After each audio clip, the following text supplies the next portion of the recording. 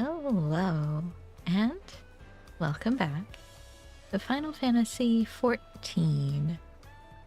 As you can probably tell from the title, I'm going to be finishing up my role quests. So, in case you weren't here for the last time I did role quests, I have done quite a few of them, actually. I did 3. The tank, the healer, and the caster ones. So, all that's left now is Phys Ranged, which is this one. And then the melee one, which I assume is that one. We're gonna do Phys Ranged first. My Phys Ranged does not have the best gear. But, we'll make do. Surely it won't be that bad of like DPS checks or anything in this. So, let's see which Saturday morning cartoon villain we're going to be dealing with today. Steal a steel hog. Okay.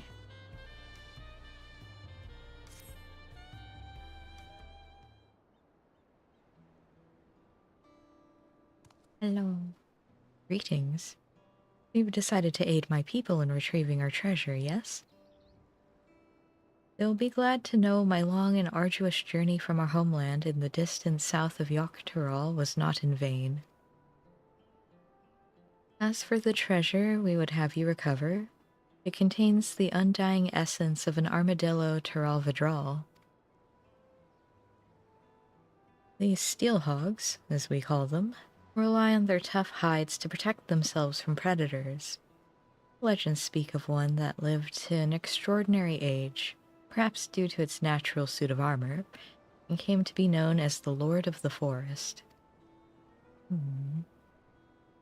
At the end of its long life, our ancestors enshrined the Vidral's soul within the steel hog vessel.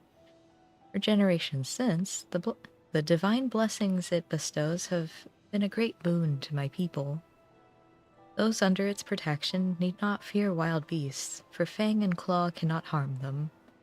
This allows us to hunt in the forest without risking our lives. This treasure, so crucial to our people, was stolen by a tall, slender merchant. Or rather, a man posing as one. He came bearing exotic wares from foreign lands, and served alcohol freely, toasting often to new friendships. The people became caught up in celebration. In the morning, the merchant was gone, along with the steel hog vessel. Without it, we cannot bestow its blessing afresh upon our hunters.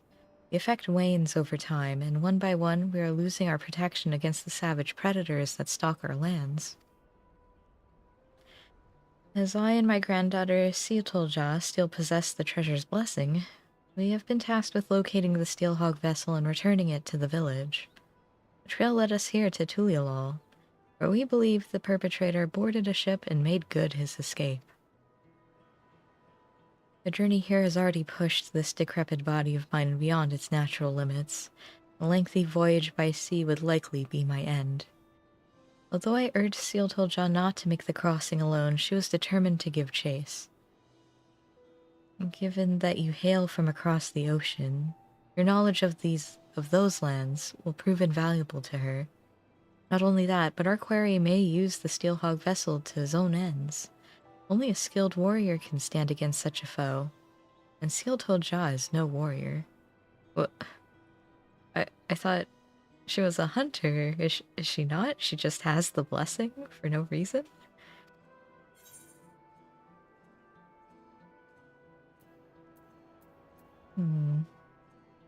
I don't think I would say this, so... Looks like refusal isn't an option. Fine, I'll help. Maybe someday they'll fix this mask. I'm truly grateful. My granddaughter's first port of call is a place called Alamigo. You see, as the thief took all of his wares with him, the only clue left behind was an empty bottle of whatever grog he was serving. After asking the sailors here, it seems it was produced in Alamigo, and with no other leads, Seal Tolja set forth. Once you arrive, she should not be difficult to find. These days, only a handful of Mawolja attempt the journey, most of them brutish mercenaries. Seal Tolja is a far daintier creature, and is sure to have made a favorable impression on the locals. May the Steel Hog watch over you. Okay. As Seal Tolja has traveled to Alamigo, perhaps you should begin your search by asking around at Ralger's Reach. Ralger's Reach? Isn't that kind of far? Oh man. You really gotta make me go all the way to Ralger's Reach? Fine.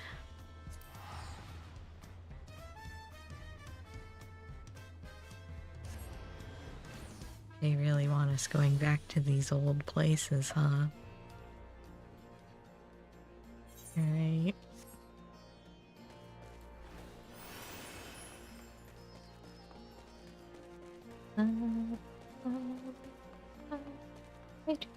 I do like Ralger's Reach, though.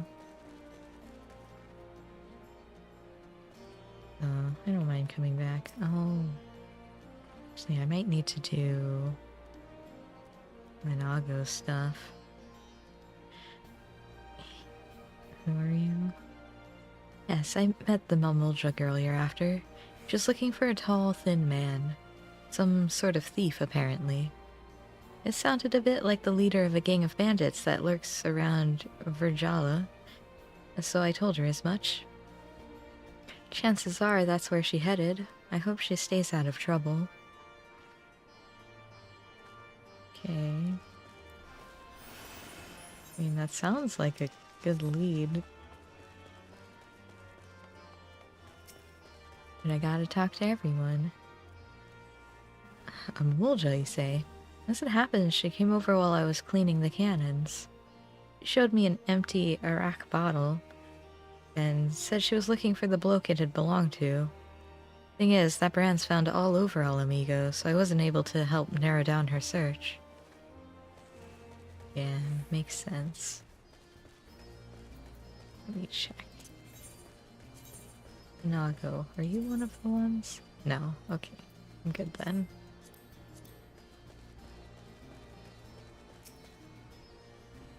Yes, I saw Mamulja on my patrols. He carried an enormous axe. Not at all like the person you describe. Okay. Oh, out to the fringes, huh? Alright, let me go on my drone. Can I go up here? Wait a minute.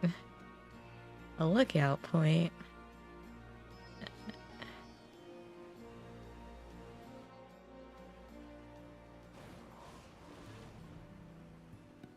Alright, where's... Oh, I guess I could have teleported to the peering stones, huh? That's fine. Like, on one hand, I don't like that we have to teleport so far to do these quests, but on the other hand, it's nice to revisit the old locations. Because it's been a while since we've come out here. Because there's really no reason to go to Alamigo. I'll be honest. Oh, you'll tell ya.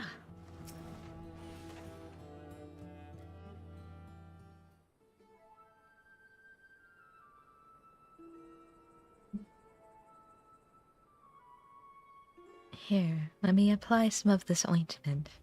It's a common remedy where I come from.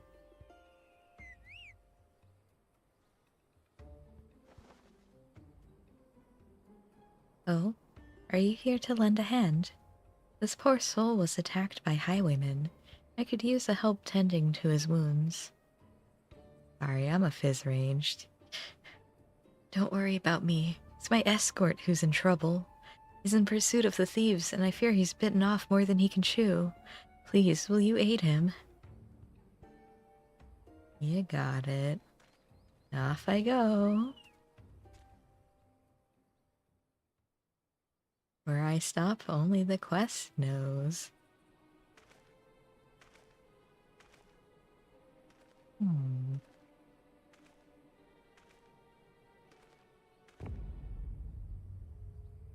That's a lot of bandits.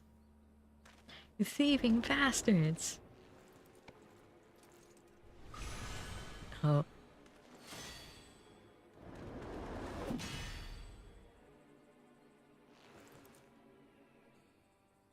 What? But how?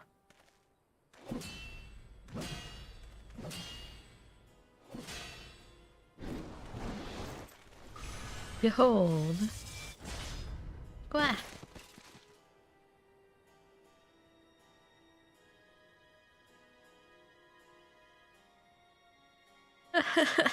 Nothing like a bit of divine intervention to tip the scales in my favor. With this artifact in my hands, I'm invincible. Hello. I'm here to dance. Another one, eh? Not that it matters. Kukulja, it's time you earned your coin.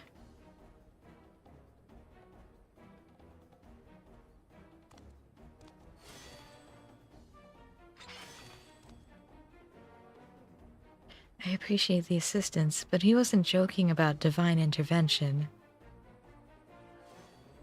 Some strange force pushed me away. I can't even get near them.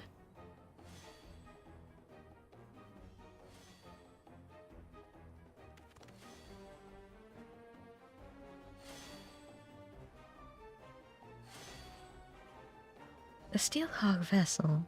Return it at once, and the stolen goods.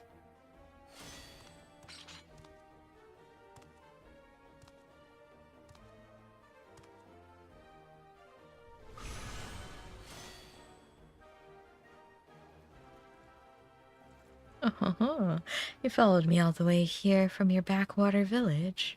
Alas, your journey has been for naught. The vessel is mine. I... oh, shall to... feet? Fight?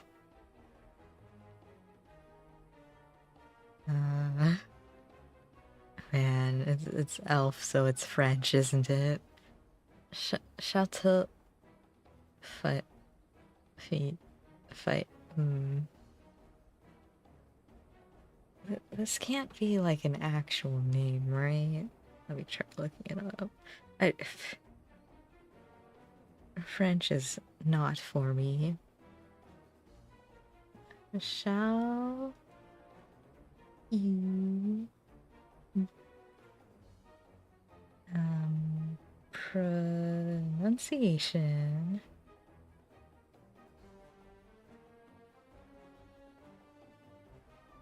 I don't think they have it. So, Châteaufiet is what we're gonna go with. I, Châteaufiet, will make better use of the artifact than you and your ilk ever could. By the might bestowed upon me, I will become savior to the oppressed and destitute. In light of my grand ambitions, the vessel's power would be wasted on the likes of you. If you cannot hunt without it, might I suggest a change of diet? I hear the acorns are delicious at this time of year.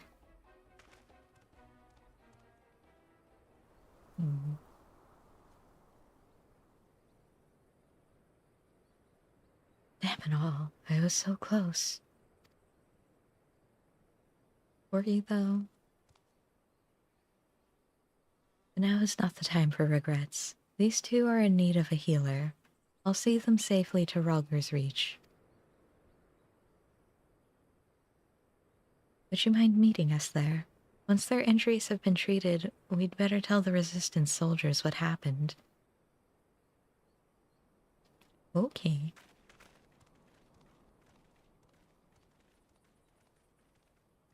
You gonna take me there? No? Of course not.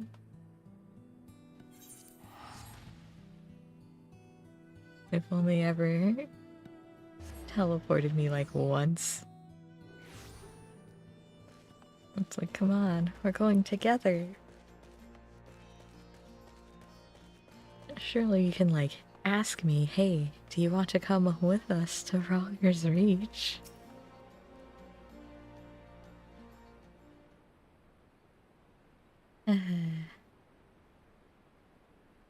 Hello. Well, I'm glad we made it to safety without any more trouble. Those bandits wouldn't dare step foot in this place. Ah, how rude of me. I never asked your name. Or how you chanced to cross us, for that matter. I'm Jel. I was searching for you. You came all the way from Tulial at my grandfather's behest. I can't tell you how grateful I am. As for the highwaymen, they possess the Steelhawk vessel, a treasure from my village. Not only does it grant protection from harm, it also produces a potent blast when the barrier is dispelled. As long as our enemies have the vessel, attacks at close quarters will be extremely risky. Although, as we say in my village, cracks form in even the mightiest of shields. Knowing this, we are careful not to rely too heavily on its power. But now that the Steelhawk vessel has been stolen, this self-same power is being turned against innocent people such as yourselves. I can only hope that you can forgive me for allowing this to happen. There's nothing to forgive. If anything, we should thank you for coming to our aid. That Sheltafid and his lackeys have a lot to answer for. Indeed. We'll give the Resistance our testimonies, and with any luck, the information will go some way to clapping those bandits in irons. I'll go with you. The soldiers here need to be warned about the vessel. No, leave that to us. We'll relay what you've told us, word for word. After all, you'll need to move quickly to have any chance of getting your artifact back.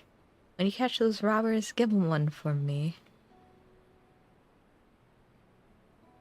Okay. Wow. What about you, Jill? I hope I can count on you to be here for whatever else comes next. You got it. I knew it. I sense you're eager to get started, but I need time to plan our next move. Bandits aren't known for being found easily. I was surprised to see a fellow Mamulja among them. I can't imagine why that Kukulja would work for Shaltofit of all people.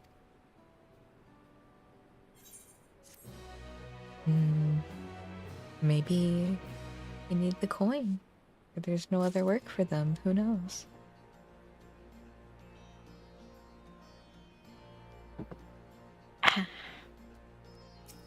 I have my nice cup of tea. I'm so happy. Jell, I heard something that might help us. One of the soldiers has been contending with the same bandits who stole the vessel. I'll go and find him. Give me a moment, would you? Okay.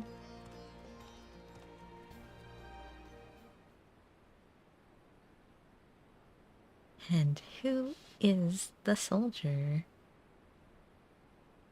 Sorry to keep you waiting. Ha! When she told me she'd been sent as assistant, I never would have guessed it'd be the savior of Alamigo himself. You're something of a local celebrity, I take it? Yeah, something like that. I'd love to hear more about that, but for now, let's concentrate on the matter at hand. Yes, quite. The bandits you've been chasing are behind a spate of recent incidents in Alamigo. What's more, it appears that Sheltafeet is part of a larger network known as the Passage of the Unbound, which is spreading its mayhem far and wide. In particular, they've been carrying out raids on trade caravans heading here from Gridania. We've increased patrols along that road, but the bastards strike so quickly that they've usually made good their escape by the time aid arrives. On the rare occasions we've caught them in the act, they use some kind of device or magic object to deflect our arrows and send us sprawling. That's the Steelhawk vessel. It was stolen from my village, you see. I'm sorry for the trouble it's caused. The one who took it, Sheltafeet, said something about using its power to help the oppressed and destitute. What do you think he meant by that? That sounds familiar. The reports say that the thieves were shouting something along those lines during the other raids. They claim the merchants are overworking and underpaying their laborers and therefore deserve to be targeted. I don't see how stealing a bunch of goods helps the workers, and there's not a shred of evidence that anyone is being exploited. If you ask me, they're just in it for the money. In any case, their reasons won't matter a jot once they're behind bars. But for that, we'll have to catch them first. The most recent incident occurred near Porta Praetoria, one of the waypoints on the road to the palace. If you want to know more, you'd best hear straight from the commander there. Anyway, I'll send word ahead to let her know you're coming. Assuming you are, that is. Yes, of course. Much appreciated. Okay. I'm sure my dancer will be able to do much here. This sounds like a promising lead. The soldiers here are good enough to explain the lie of the land around here. I shouldn't have any trouble making the journey by myself. I'll see you there. Okay. Sure.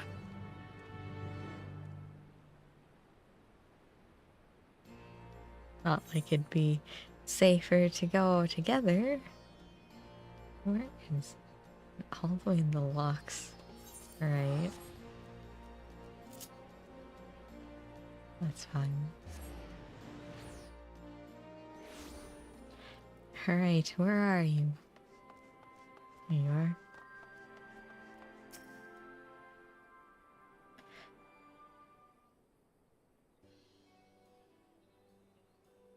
Good, you're both here. My colleague at the Reach has told me everything. I can confirm that we've had several sightings of Sheltafeet and his gang in recent days. They've even taken to ambushing our patrols. Whereas most brigands would flee from armed and armored soldiers, this lot seems to take pleasure in goading us into attacking. Because of the vessel. The treasure they carry makes them invulnerable. It can also emit a devastating blast. That's only effective at short range. Sheltafeet wants to draw your soldiers into close quarters because they stand no chance. Well, that explains their uncommon boldness. Thank you.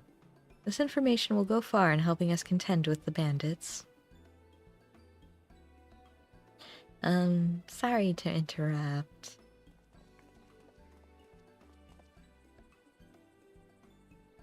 Isn't that him? It's the same hair. Who might you be? Oh, simple peddlers, my good lady. I myself am of Gridanian stock, and after learning my craft in the markets of Ul'dah, I now deliver all manner of finery to eager patrons throughout Eorzea. But enough about that. I hope you'll forgive me, but I couldn't help overhearing you mention a gang of highwaymen. We've heard similar tales from other traders passing through. It seems some stretches of road are more dangerous than others. In fact, the bandits are most often seen at a specific location not far from here. If you like, we can take you there ourselves. Please, by all means. Wait. Noah can take care of himself, but I can't allow any more civilians than necessary into an area believed to be teeming with bandits. It seems I've no choice but to ask you to go without me. Sorry, but if those highwaymen did turn up, I wouldn't be much good in a fight. While you head off to investigate, I'll see if there's any more information to be had here. Okay. He's the highwayman, though. I swear. Then it's settled. I shall leave our newfound friend in your capable hands. What? Oh, if you say so.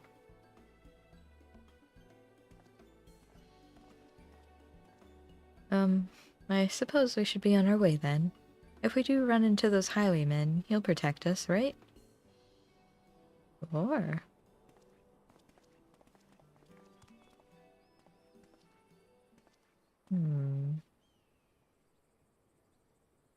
One's headed your way now.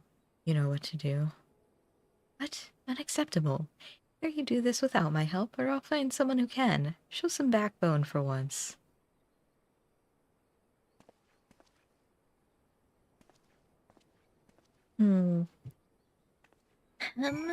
Hem. Oh. Alright. Oh, it's really not far from here.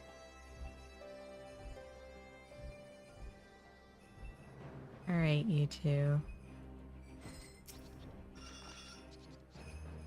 We're almost there. It's just on the other side of this gully. Actually, if it's all the same to you, we'll wait here while you go on ahead. This is already more than close enough for my liking.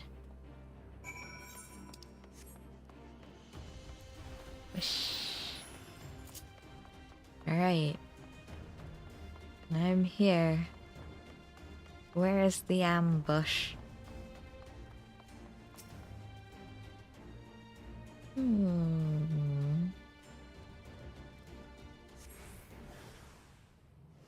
Oh boy.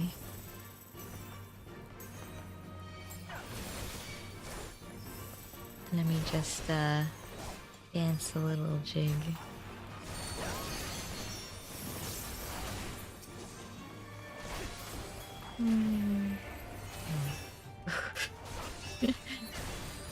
I hadn't seen the move before.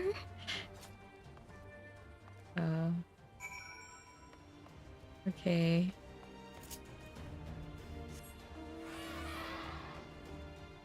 Hey, you. I ran into some bandits.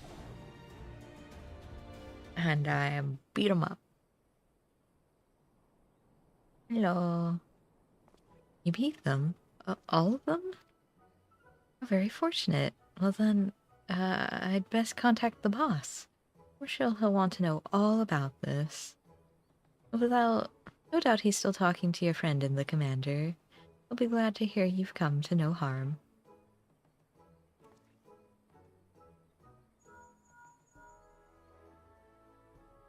You'll never get what? Guess what, boss? He trounced the lot of them. Ah, yes. Understood. I'm not quite sure why, but he said they'll be here in a jiffy. Yeah. My warrior blade is so happy. Hello. Is it true? You beat them all single-handedly? Yeah. They weren't that strong, and I'm just a dancer. Gods be good. I'm glad you're on our side. Anyway, I'll take it from here. My, very impressive. And how jolly convenient for those villains to appear exactly where we thought they would, too. But above all, I'm glad no one was hurt. Well, no one important, that is. I'm relieved to see that everyone's safe. Must have taken a lot of courage to bring Jell here, knowing that danger could be lurking around every corner. Are you sure you're all right? You're putting on a brave face for our benefit. Oh, if you're putting a brave face for our benefit, there's no need, I assure you. No, we're fine. Couldn't be better. Well then, I'd say that's enough excitement for one day. We'd best continue on our way to the Alamegan Quarter. Wares to sell, deals to broker, that sort of thing.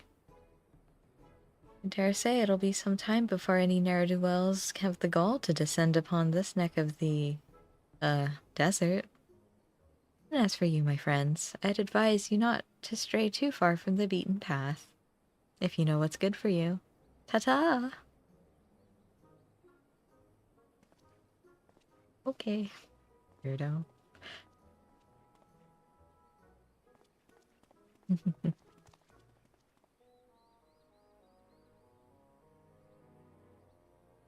There's nothing left for us to do here, so let's head back to Porta Praetoria. Okay.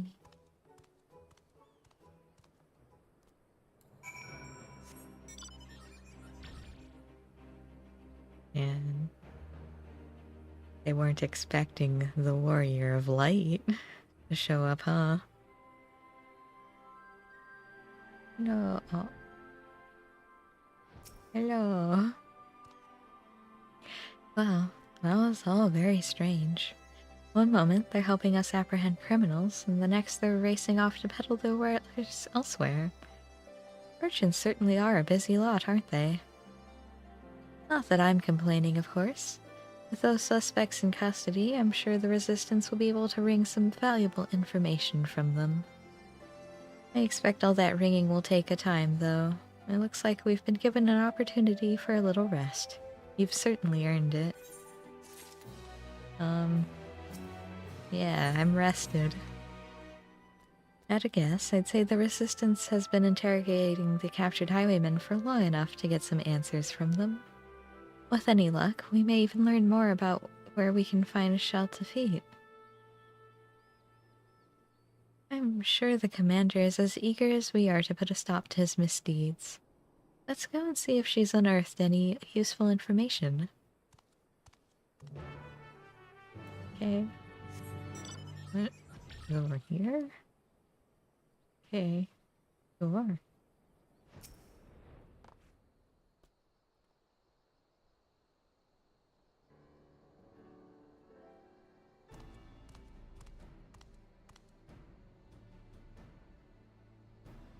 Ah, I was just about to send someone for you, but you could save me the bother.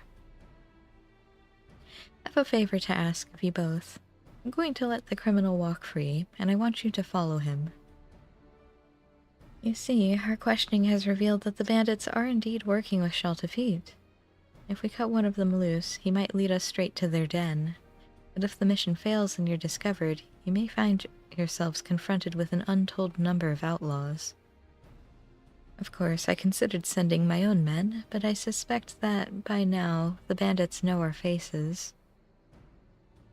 After Jill's little display in the gully, I'm sure he alone can handle whatever trouble may come his way. I'll go with him. If this really does lead us to Shaltafit, I need to be there when we find him. Okay. Very well. But if it comes to a fight, you stay behind Jill, understood?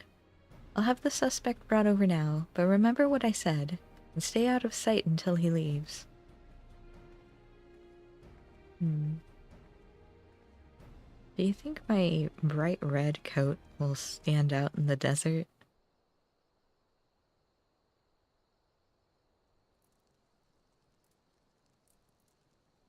Probably be better if I dressed like the Griffin outfits. Don't look at me like that. I said I'm sorry, didn't I?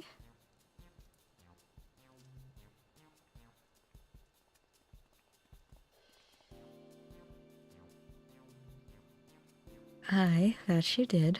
Several times. And as much as it galls me, there's no evidence to contradict your claim that you were acting in self-defense, nor is there tangible proof of any other wrongdoing. We've no choice but to let you go. You have somewhere to go, I presume. Well, I suppose I can find workload and caravans in Alighieri. Seems as good a place as any for making a quick I mean, turning over a new leaf.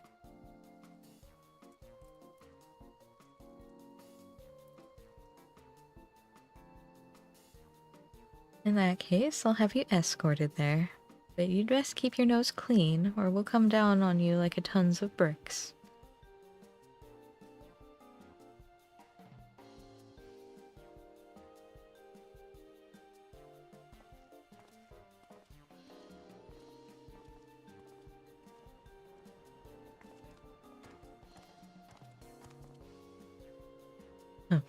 Turn over a new leaf, my arse. He'll be back among his thieving mates before long, and you'll be right there behind him. For now, all we need to know is the location of their den. Do not attempt to approach the suspects. Okay. I'll send word ahead to Alighieri. Once you have the information we need, report to the troop station there. Okay. This is the chance we've been waiting for. Let's go.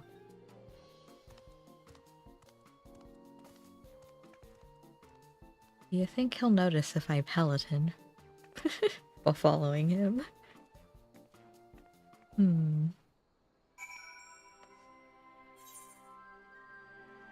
Here. Oh, okay. I thought we were gonna be walking there, but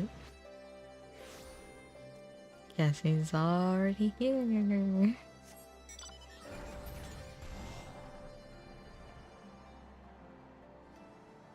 Hello, I'm here. I'm ready.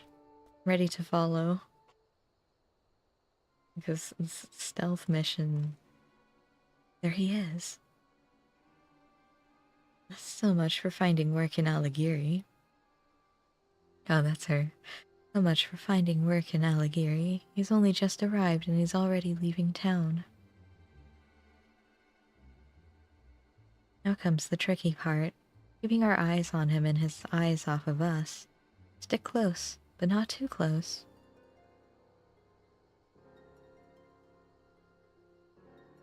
He could have just turned around right there and saw us. Alright. Aha, free at last.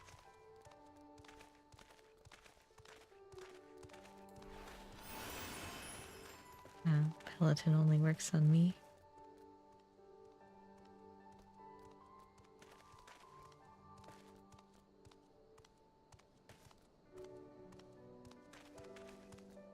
Gotta make sure I ain't been followed.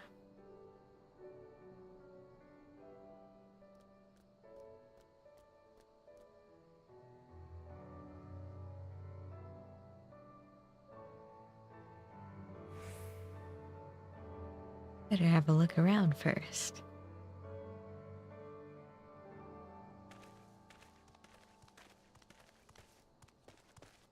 If I just walk with Seal-Tool Jaw,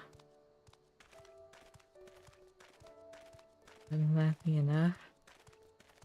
We're just gonna walk around in a circle. A pretty stone. I bet it's worth a gill or two.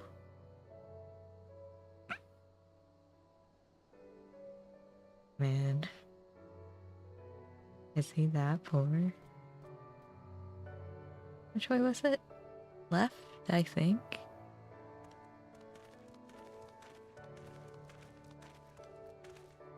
Is he really gonna lead us to the den? Literally walked in a circle. Trying to get rid of us?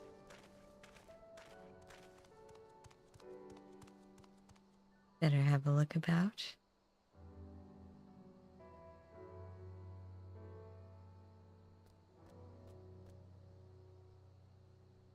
Looks like I'm not being followed.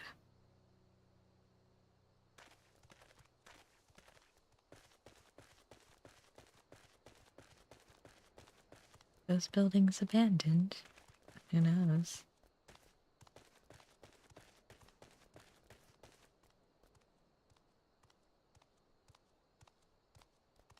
Could have sworn I heard something.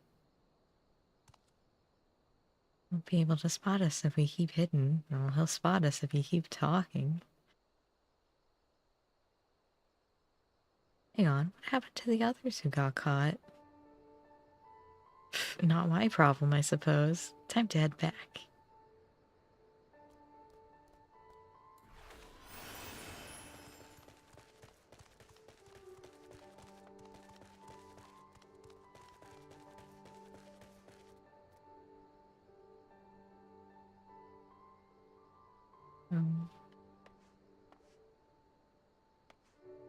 Oh. I was like, why isn't he moving?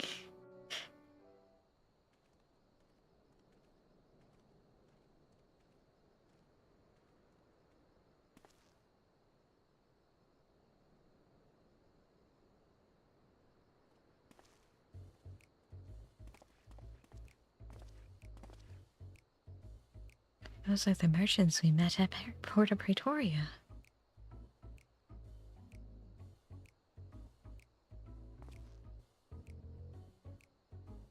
So, they just let you go out of the kindness of their hearts, is that it? Not only that, but you came crawling straight back here, leading whoever they sent to track you right to our doorstep. I swear it, no one followed me. The soldiers took me as far as Alighieri and then went back the way they came. Made sure there were specks in the distance before I even set foot outside of the town. I suppose I've no choice but to take you at your word. Not that it's worth much. Well, now that this charade is at an end, let us change into something a little less drab.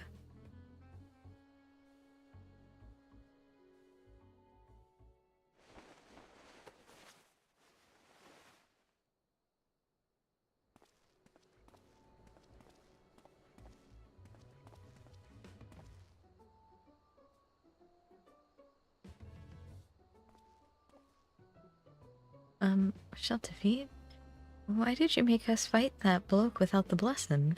He could have killed the lot of us without breaking a sweat. A mere oversight, that is all.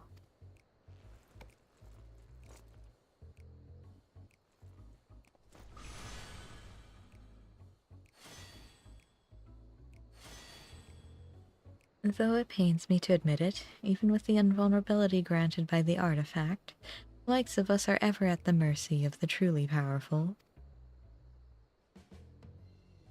Never expected that Mamolja wretch to hire a warrior of such caliber to retrieve the vessel. A pox on those interfering nincompoops.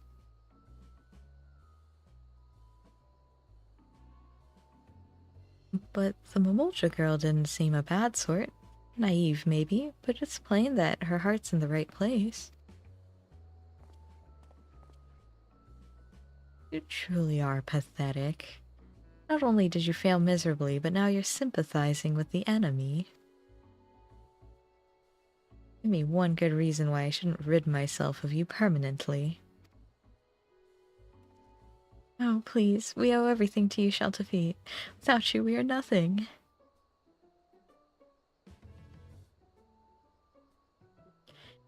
They were all in on this from the beginning, with Sheltefi pulling the strings. This is how he treats his friends. I imagine what he'd do to his enemies.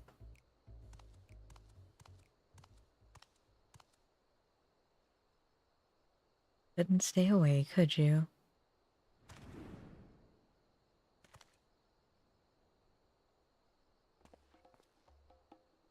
What? Imbecile, you led them right to us.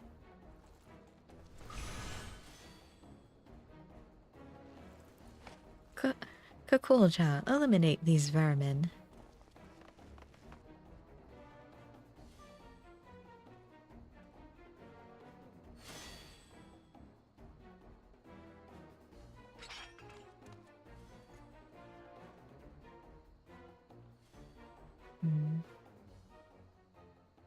Let me handle this, Gel.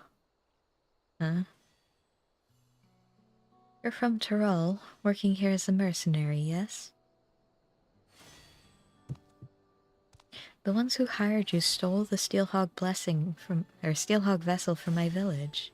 We need its blessing to stand a chance against the beasts of the forest. I can't return home without the vessel.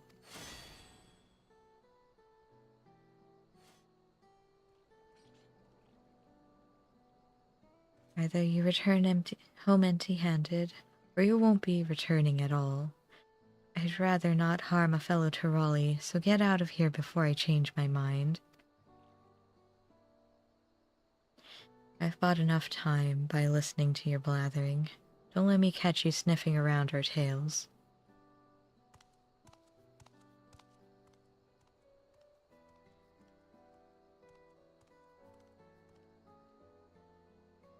Sheltafeet and his underlings are out of sight.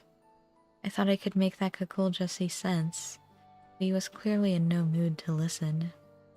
I'd say our best option is to report to the Resistance members in Alagiri and share what we've learned. Or you could just let me chase them. Between Sprint and Peloton, I should be able to catch up.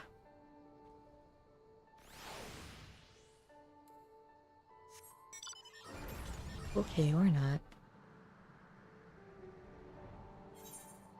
Although their base is pretty close to the town,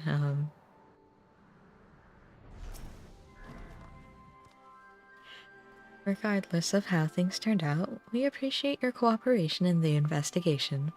The information you've provided has certainly given us a lot to consider. From what I hear, you almost came to blows with the Mamulja sellsword. Or cell axe, I suppose. I'm glad that it didn't come to violence, especially given the power these bandits have at their disposal. Even so, we thank you for braving such a dangerous mission. No thanks are needed. We're just as much a part of this investigation as the Resistance. I'm sure we can agree we'll need to work together to take down Sheltafeet and his gang. Their performance at Porta Praetoria showed just how cunning they are. It would seem so, yes. I'm told their little act was most convincing. I'll be sure to warn my comrades against any similar shenanigans. As for the two of you, be careful out there. Okay, you got it.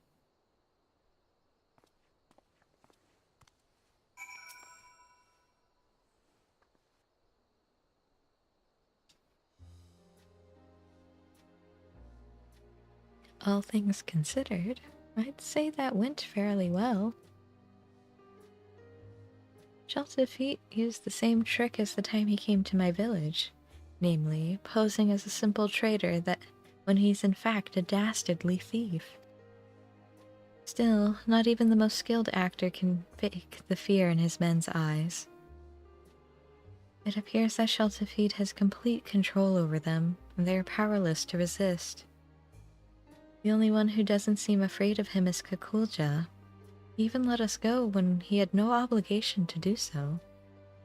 I think that if we had the chance to talk, we might find some common ground.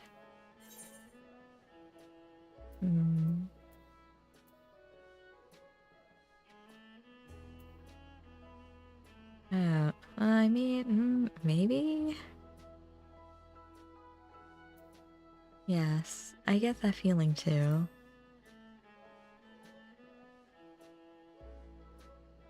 I knew you would. I've never been much of a fighter, but I make up for it in other ways. I'm a fairly good judge of character, for one. For most of my life, I've lived in a remote village deep in the forest. I had hardly any contact with the outside world, so the thought of talking to strangers was quite daunting at first. But over the course of my journey, I've traveled through all kinds of places. If there's one thing I've learned, it's this. Wherever you go, people are people. In the end, our cultures and the places where we grew up don't make that big of a difference. None of us are perfect, and we each have our faults. And even if it's harder to find in some than in others, I believe there's good in all of us. That's why I hope we have another chance to speak with the thieves. and Kakulja. I'm certainly not strong enough to beat any sense into them. I'll try talking some sense into them instead.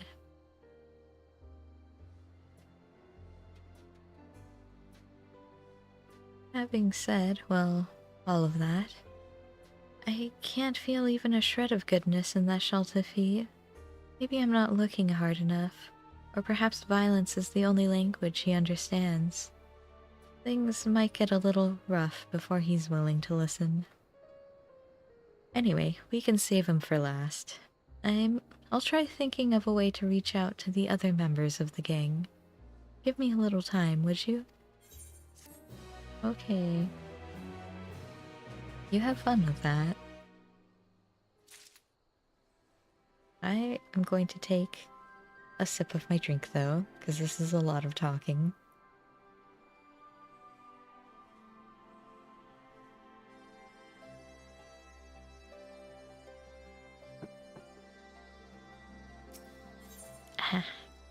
Oh, on the 96 quest, huh?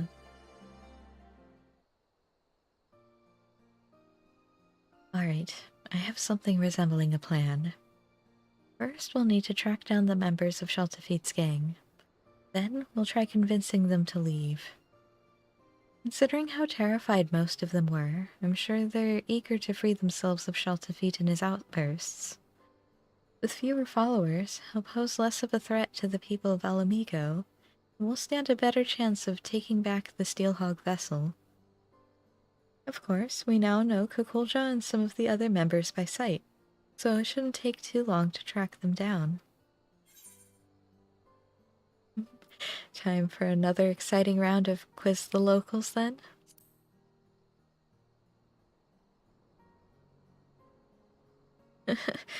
Rest assured, I'm already a step ahead of you. Besides, if your role is to fend off bandits and the like, mine should be to gather information and whatnot. Does that sound fair to you? Sounds great. Less talking I have to do, the better. As it happens, our resistance friends stationed here had some interesting news to share. Apparently, the two men posing as merchants that we met before were spotted nearby, engaging in trade and conversing with caravan owners. All to nefarious ends, no doubt. They were last seen in a place called Alagana. We should head over there right away. One has a beard and the other has blue eyes. Wow. Assuming they haven't changed their disguises, they should be fairly easy to find. You know, I have blue eyes too. Does that mean I'm the merchant? Hmm.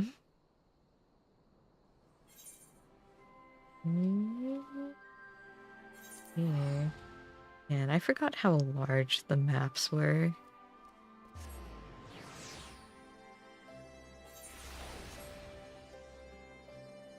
Alright, it should be over here. I see you. Hello. Remember me?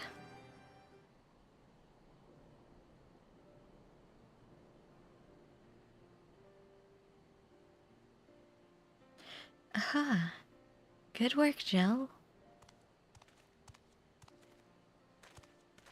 Why, good evening. What can I do for you? You can start by dropping the Affable Merchant Act. It's nothing but a front for your real line of work. Save me, Shaltafit.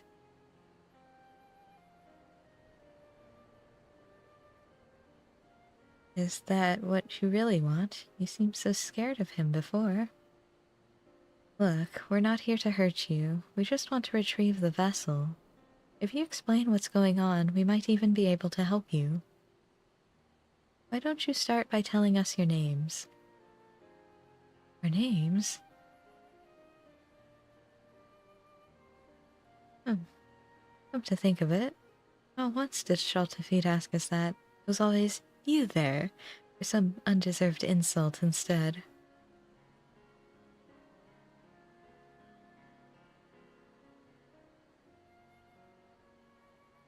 I'm Avenel, and this here's Pepin.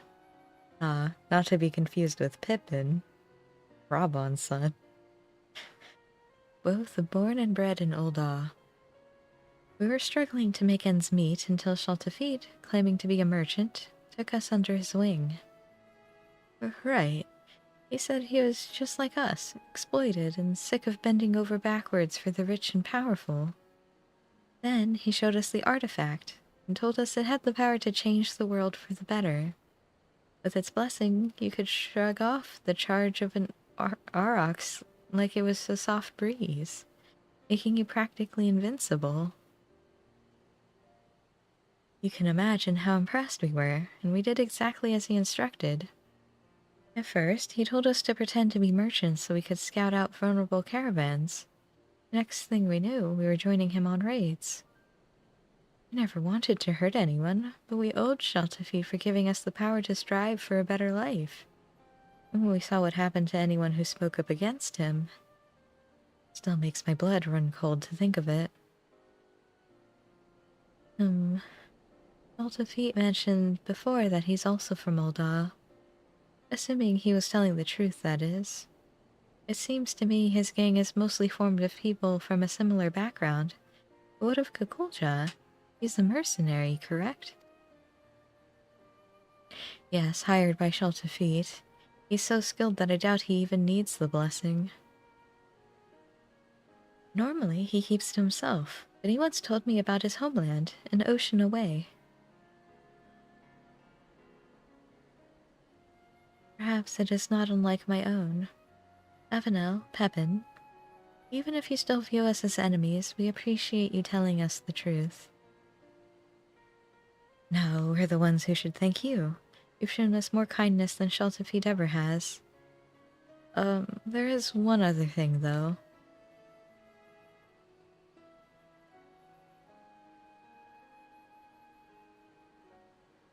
Although you know about the crimes we've been party to, could you give us some time to straighten things out?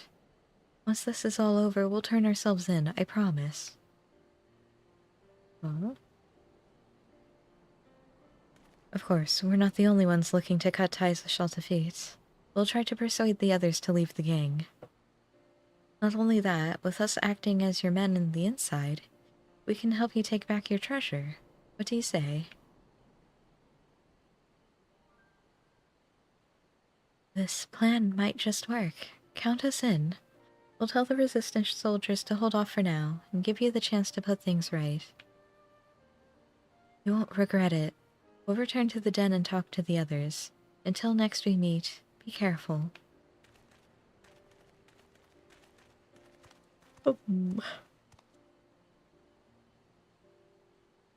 Okay. Unless Shaltafit finds out. To be honest, that went a lot better than I expected. Although it was fairly obvious from the outset, they confirmed my suspicions about Kukulja traveling here to find work as a mercenary. I remember his reaction when we first encountered him. I have a feeling he and I are both from a similar part of Tyrol, and he was surprised to see someone like me here in Eorzea. Whatever the reason, he's let us go twice now. He may be aiding and abetting a nefarious criminal, but I refuse to believe he's a bad person. I think it's worth talking to him, and for that, we'll need to create an opportunity. The way he spoke about his homeland to Avenel and Pepin means he probably misses it, which gives me an idea. Where I come from, we have a tradition of using incense burners, and if Kukulja's village is anything like mine, the fragrance will remind him of home. Then, just when he's feeling all homesick and vulnerable, we'll make our move. The incense itself is made from copal, a type of tree resin. You think you could collect some of that while I gather the other ingredients? I actually came up with this idea back in Aligiri and asked our resistance associate where we might find copal. Good news is that there should be some in a place called the Last Forest. The bad news is that the smell attracts all sorts of horrible creatures. So try not to get eaten. Okay. Surely I'll be fine. Oh, I mean, the Lost Forest isn't that far. In fact, it's like right here. I can dance. Oh no, that's a bully.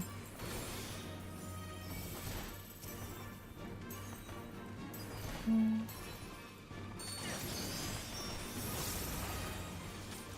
me use this. Pew! Did it. I like that move. There's a big delay on it though. From like when you use it to when the damage actually goes off.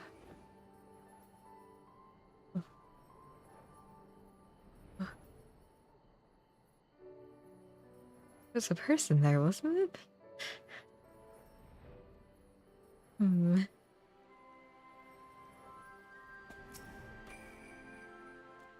Is that copal I smell? Here you go, copal. Oh my, this is quite the find. Once I mix this with the other ingredients, we'll have a batch of traditional incense ready for burning. Unfortunately, the preparation takes a little while, so in the meantime, perhaps you could begin the search for Kukulja. According to the locals, a Momolja has been seen near the river which runs through Rest Rock. With all the dust swirling through this place, I can imagine he'd want to wash it off, all off somewhere. I find myself bathing more than usual here, so I can relate. Okay, time to interrupt his bath. This poor man. Oh, he's bathing all the way down here. Got it. Alright, Kukulja. A beetle. Where are you? Oh. You know, I thought you'd be in the water, but this is fine too. Hello, sir. What are you doing here? I'm here to watch you bathe. Oh, there you are.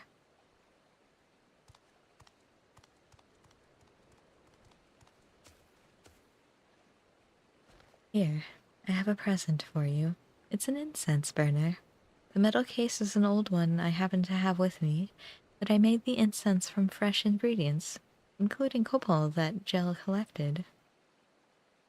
Why not try lighting it? I'm sure the aroma will bring back pleasant memories of home.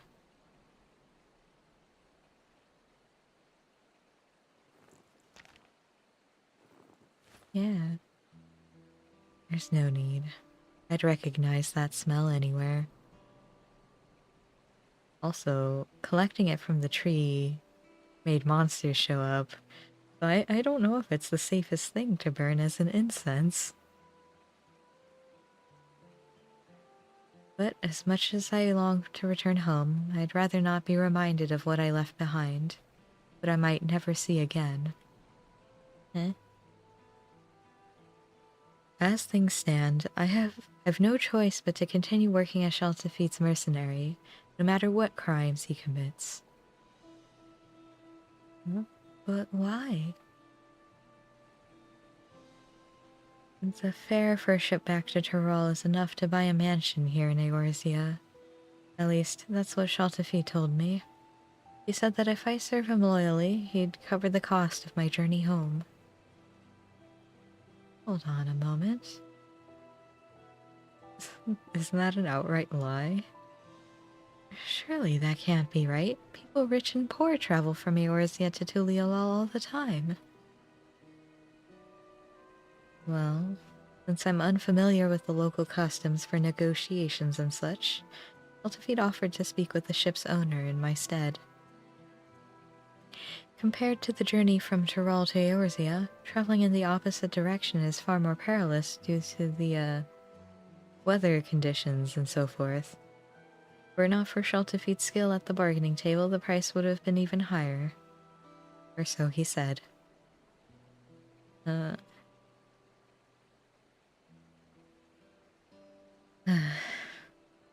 been played for a fool, haven't I? Yeah. That unscrupulous thieving snake in the grass. He won't get away with this.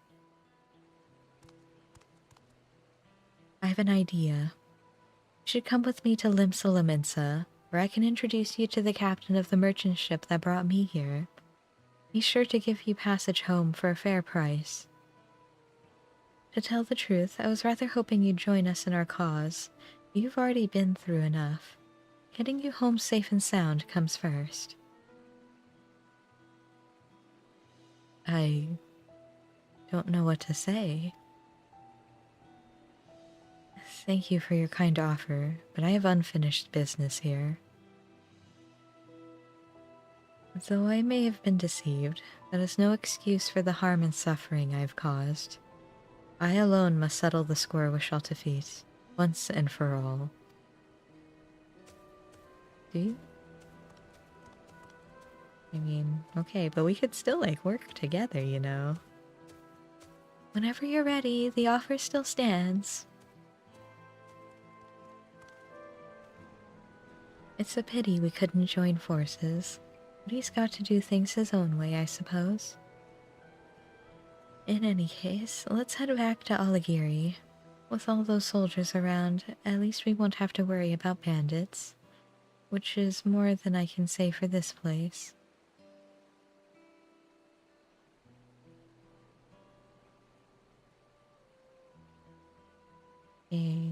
Ah yes, our inverted pyramid.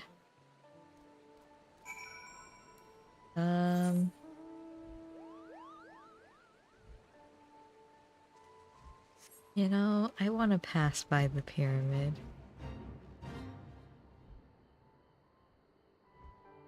And there sure are a lot of fates here. Pyramid.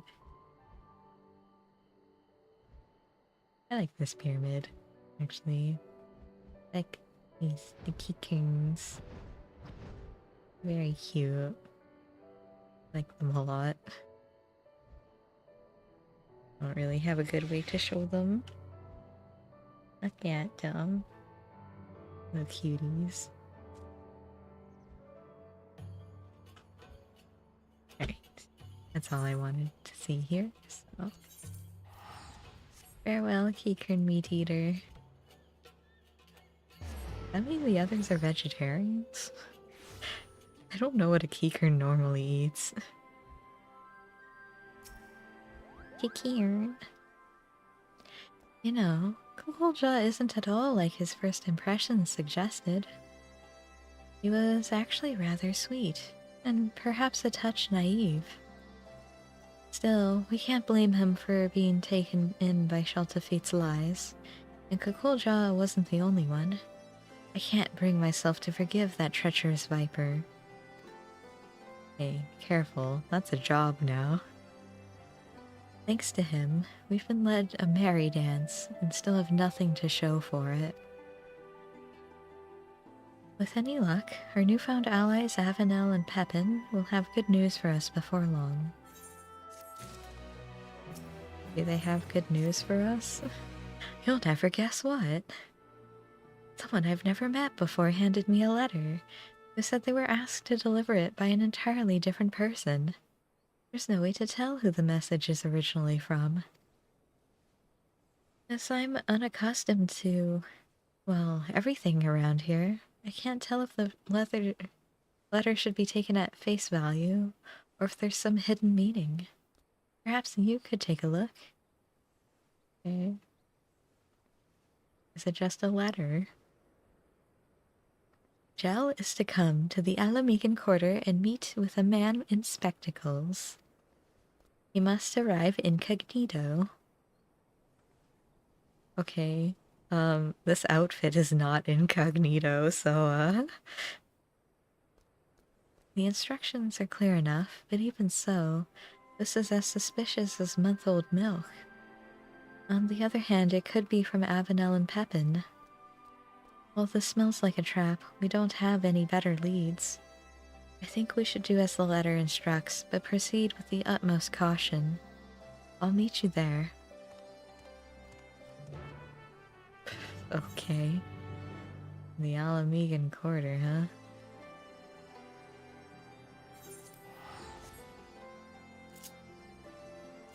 Oh man, spectacles. Alright.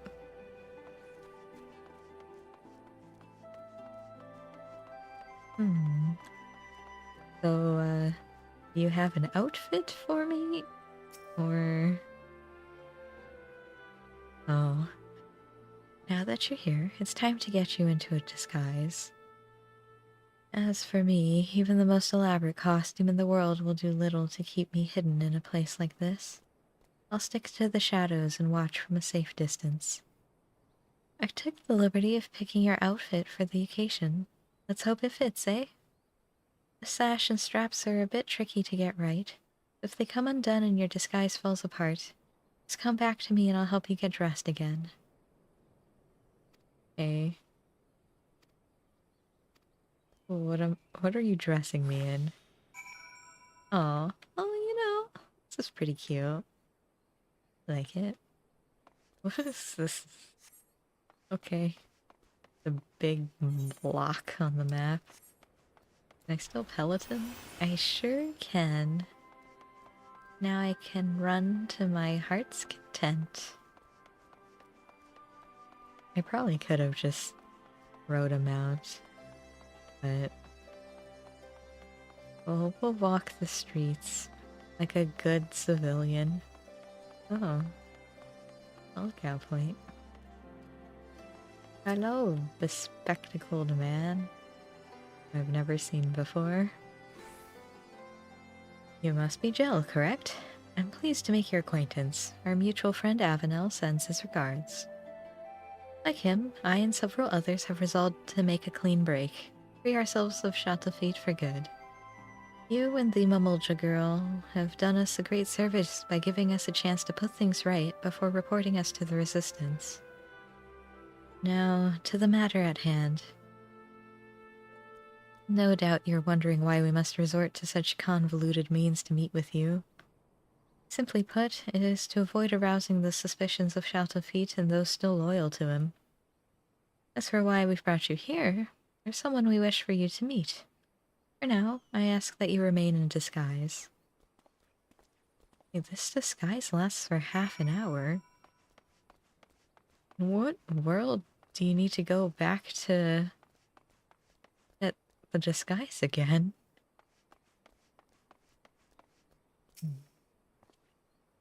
Your cooperation is appreciated.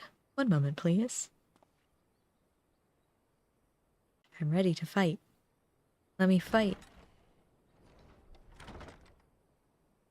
Oh, hey. I guess it's not fight.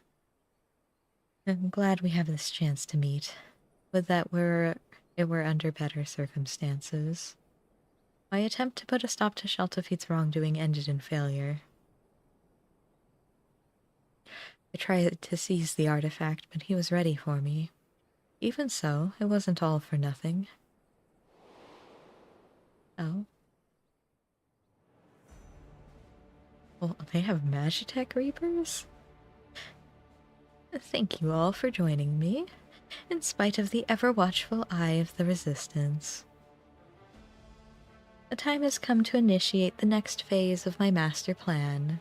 Until recently, we have concentrated our efforts on liberating wares from hapless merchants, but this was all in service to something far greater. Our disruption of the flow of goods into Alamigo has plunged the markets, and as a consequence, the city itself into chaos, exactly as I had foreseen.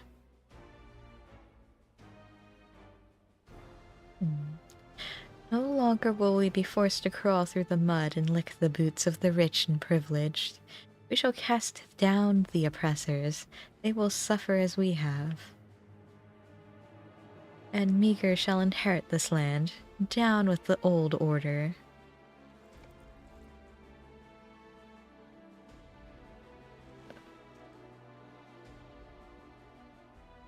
I have invested our funds into restoring and enhancing discarded Magitech weaponry. Now, nothing can stop us from taking over Alamigo.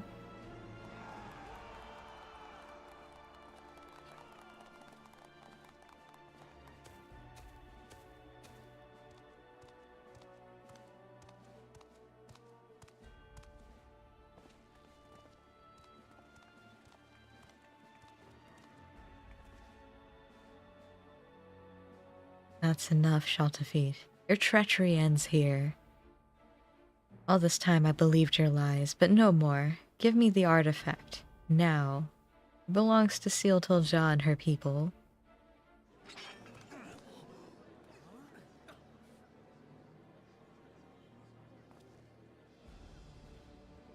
What? But Kukulja is Shaltafit's right-hand man.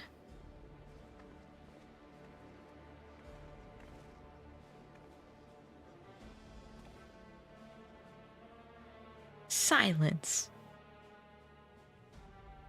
Look at this wretched soul. The Mamolja girl has turned him against me, his one and only benefactor. Be warned, should any of you side with this traitor, no longer shall you bask in the artifact's blessing. Now seize him, or face the consequences.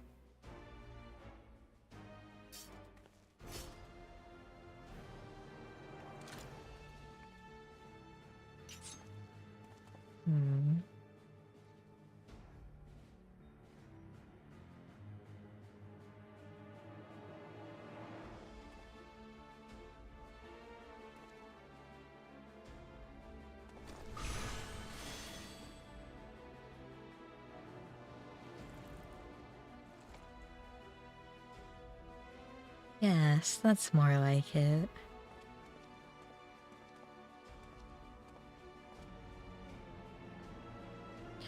Any further interference could place my entire plan in jeopardy.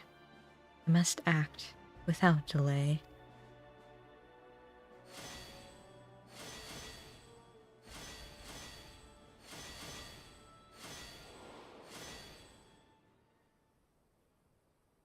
Okay, how did you get out of that? With the artifact's blessing and its shock waves at their disposal, I was given a beating and thrown into the dirt.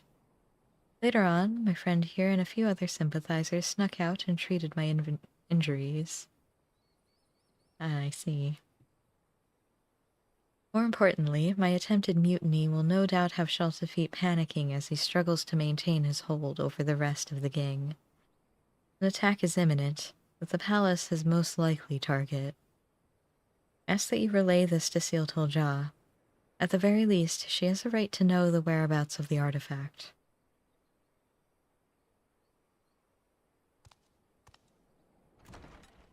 Okay.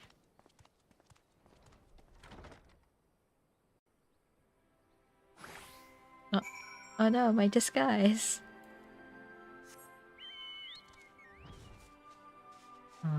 Could get this. Okay. How do I land on this? Is the question.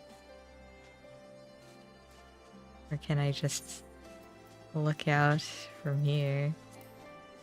No.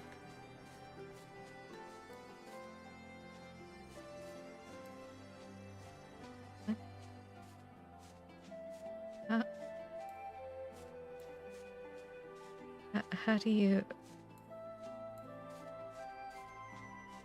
Okay, well... we can try jumping. Okay. Did it. Not sure why it was so hard to do on a mount, but... you know, it's fine. Sealto? Where you at? Hello. I thought you said you were gonna follow me in the shadows. So, what happened? Lots of things, actually. Then, we were right to trust the sender of the letter after all. We knew Kukulja had a score to settle with Shaltafit, but I had no idea he tried to take back the vessel as well.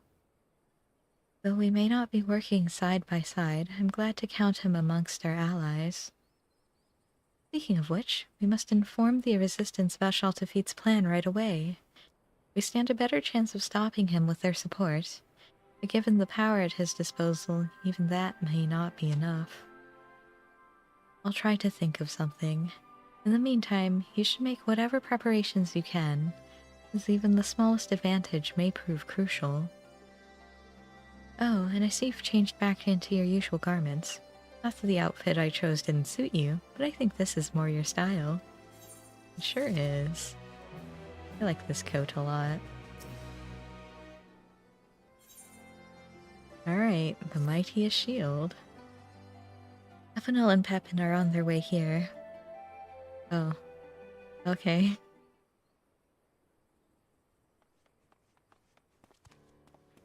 It's Shaltafit. He set his plan into motion.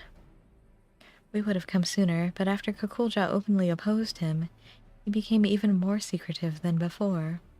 He refused to share his schemes with even his most loyal.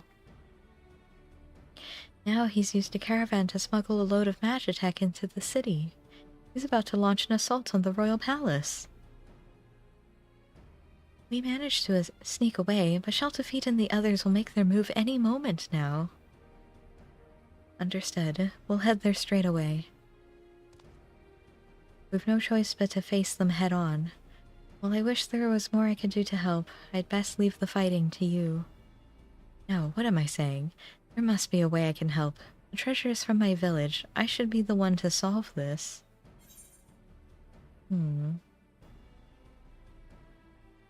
I'm sure you'll think of something on the way.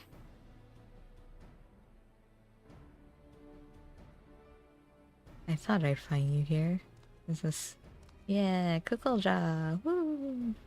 Seal told Ja. You've already done so much for me and the others Shaltafit tricked into becoming his accomplices. It would appear it's in your nature to help wherever you can. Nevertheless, your place is not on the battlefield. You must leave that to Jel and myself.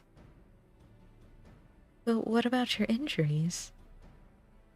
They were not so severe to begin with. Those in the gang sympathetic to me provided various balms to treat the worst of them.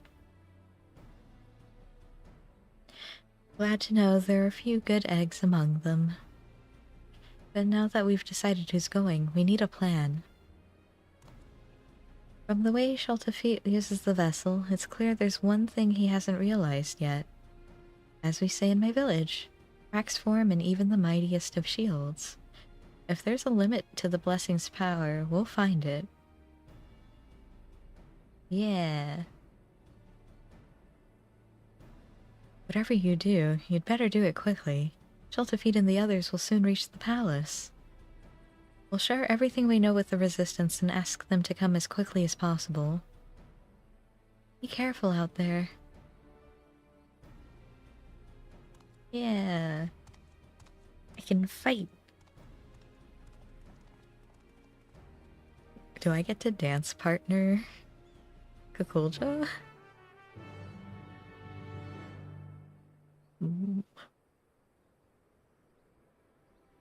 You're over there? That's just the palace. It sure is. Hello. Oh, I'm going the wrong way. Hello.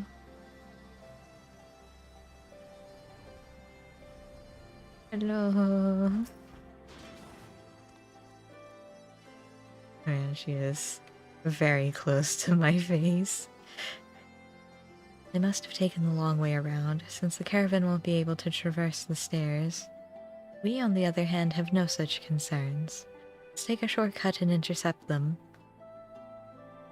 Then again, they may try to use the vessel's power to stop our advance. We'd best keep our eyes peeled for danger. You're the best choice to lead the charge, so we'll await your signal. Am I? I'm a dancer. Why am I leading the charge? Ready? Well, then it's now or never. Sorry, this charging into battle stuff is all new to me. I won't pretend I'm not scared, but I'll try to stay out of your way. Besides, I can't afford to back down now, knowing what's at stake. Let's show Sheltify who he's dealing with. I think to 680, which is not that much higher than my 660.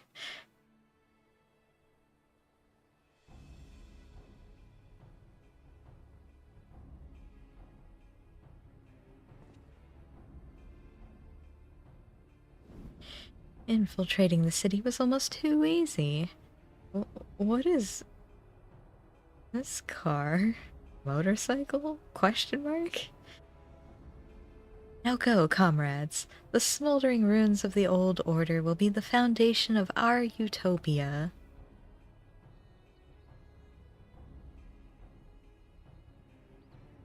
That's as far as you go. I am sprinting. I thought I'd seen the last of you.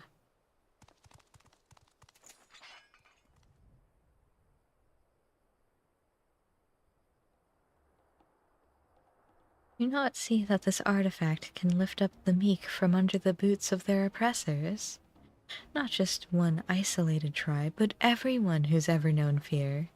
You call me a villain, but it's you who would keep such a liberating power to yourself. You are no better than those we struggle against, and only when your ilk have been eradicated will the world know freedom. The hour has come for us to rise up and take what is rightfully ours. Or rightly ours, my bad. My whole village might rely on the treasure's blessing, but we would never use it to steal from others. You lie, cheat, and sow nothing but misery. You don't want to cast down the oppressors. You want to be the oppressors. Silence! None of your sanctimonious prattle.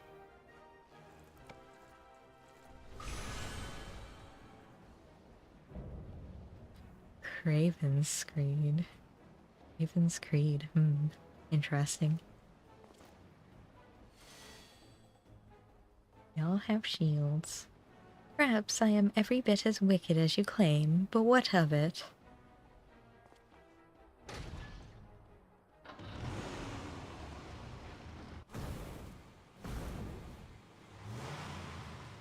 Vroom vroom. Does your self-righteousness make you better than me?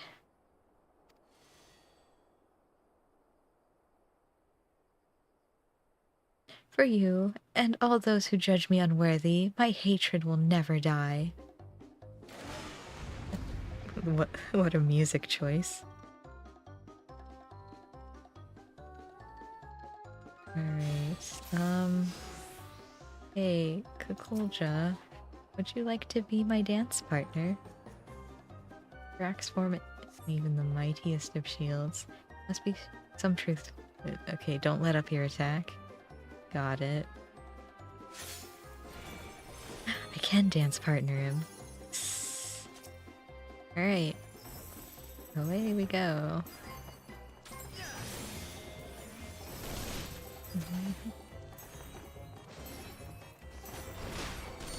Whoa.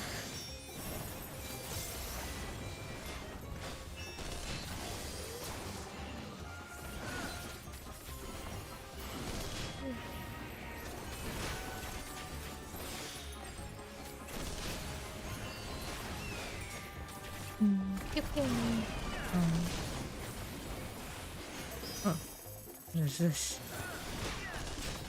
That's a different dance. Okay.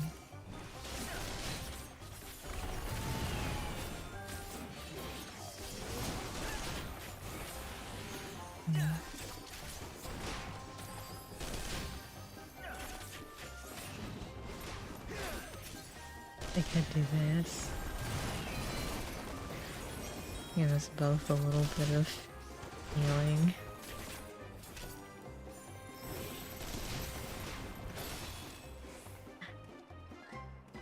What the hell's? The barrier's fading. Let me hit it.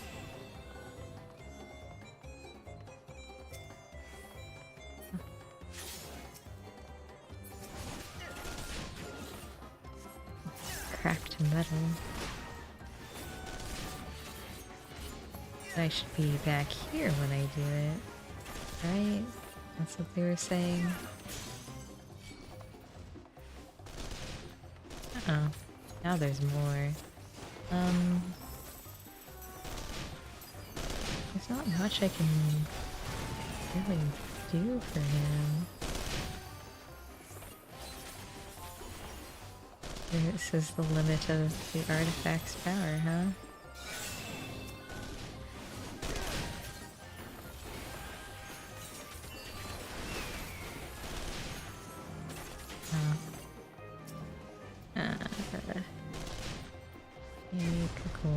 I need to be over here.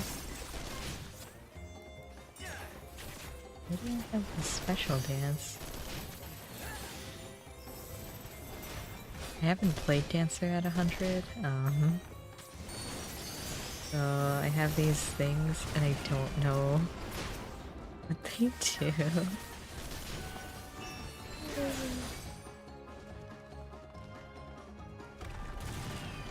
I want to do the big dance. Oh.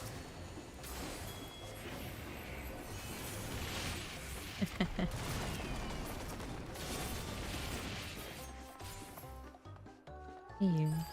Come here. Let me heal you. Artifact's power is absolute. Build the power at my command.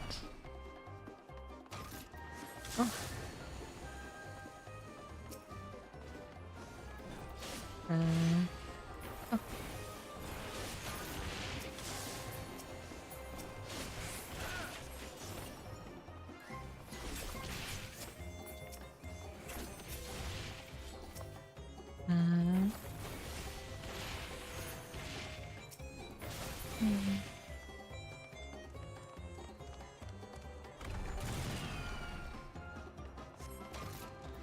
Why are there so many missiles? Great.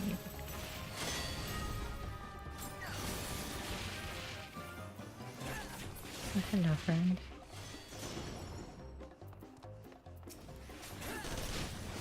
Keep them occupied, yeah, please. Try your best.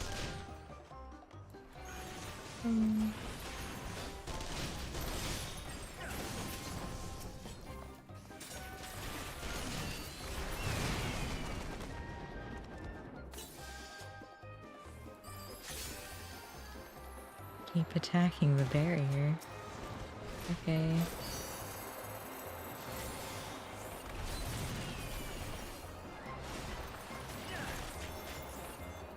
Until a crack shows up. Facing.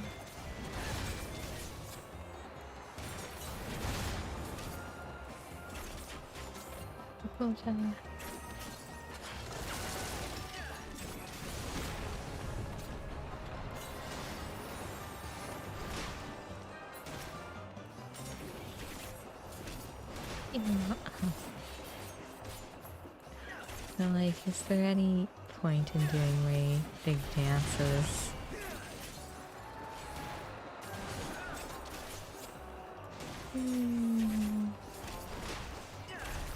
Buddy, you wanna heal? There you go.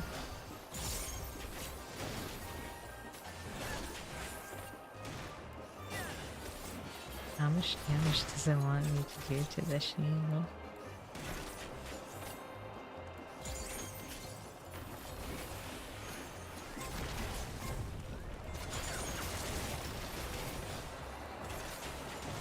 I guess I can do this dance.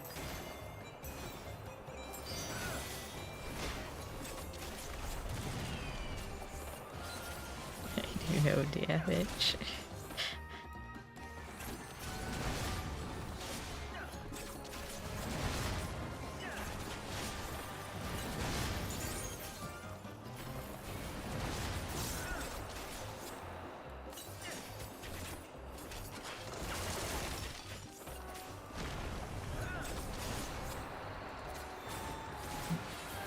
Doing something different? It won't last much longer. No.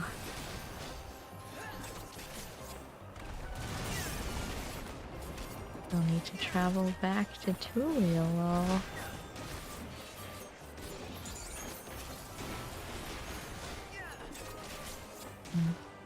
Well, what is this? Shining encouragement. Okay.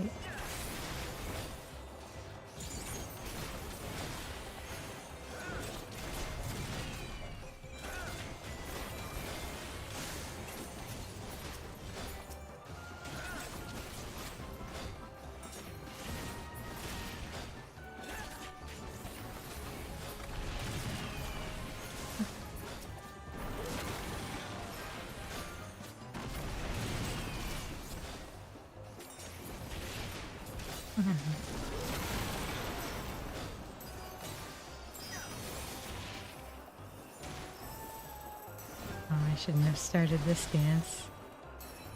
That's fine. Oh.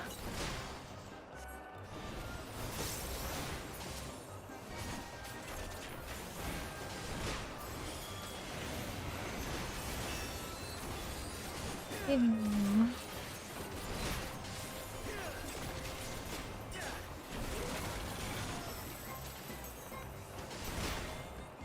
You dance on it. Did it. Dance on him too.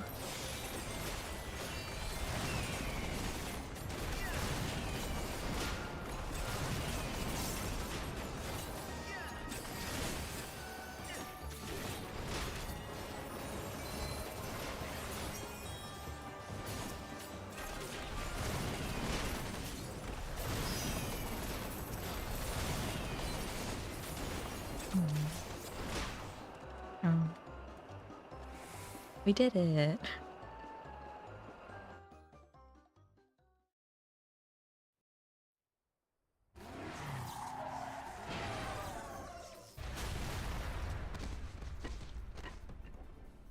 The artifact.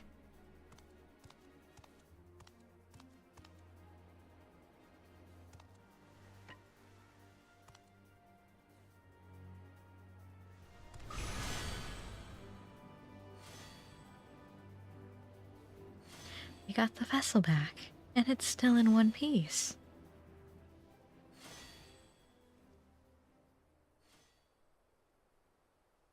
Please, I beg of you, give me the artifact. All the trials I overcame to join the Unbound. Everything I did was for a chance at happiness. Without the blessing, I am nothing. My enemies will live on, unpunished.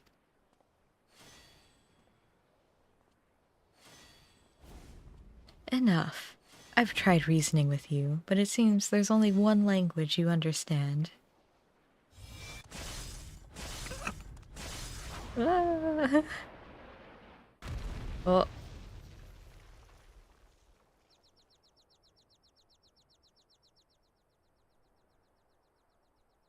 Is he okay?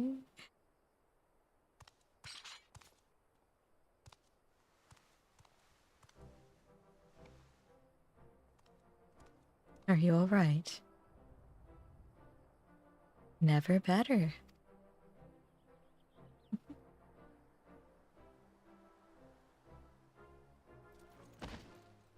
We surrender.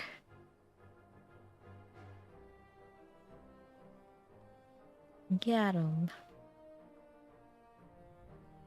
I'd say that Sheltafeet's plans for world domination are well and truly over. Not only that, but the Steelhawk vessel is back where it belongs. Or at least, it will be soon. Of course, I have you two to thank for everything. I quite literally couldn't have done it without you.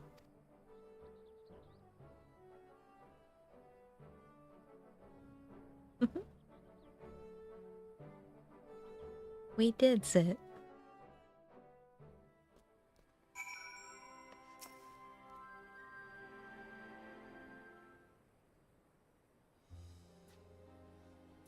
Although the resistance arrived more than a bit late, they've now taken Sheltafeet and his cronies into custody.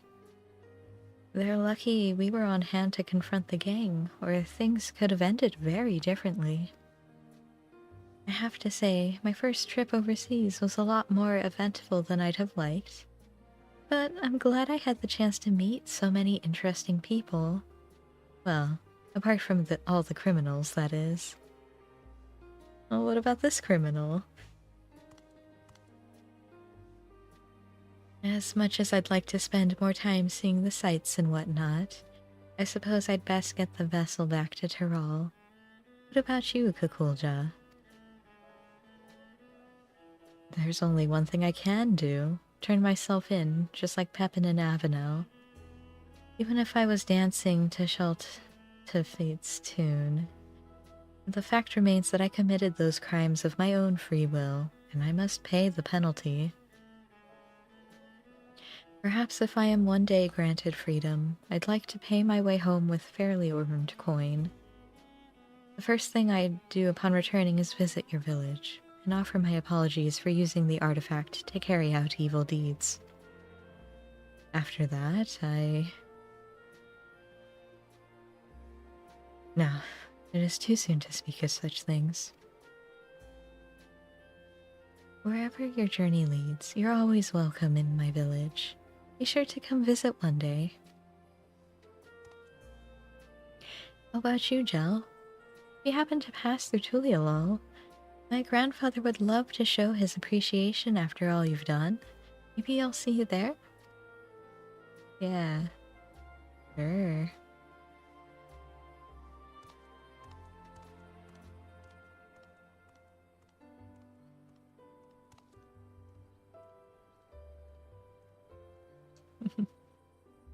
Bye.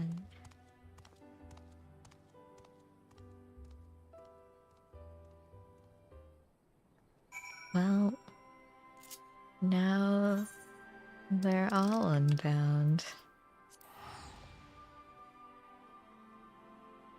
But it's from the shackles of that one guy, Sheltafeet. I have no idea if I'm saying that correctly, and I'm probably not.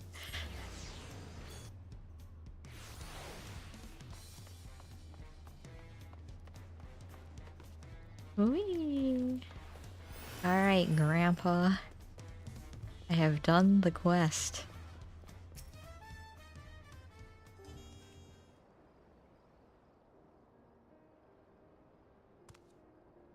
Your return, Jel.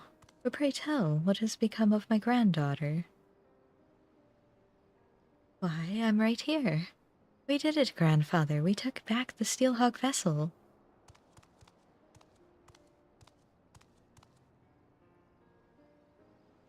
My dear, what a relief it is to see you safe and well. Of course, I'm glad you were able to retrieve the treasure, but even that cannot compare to the joy of seeing your smile once more.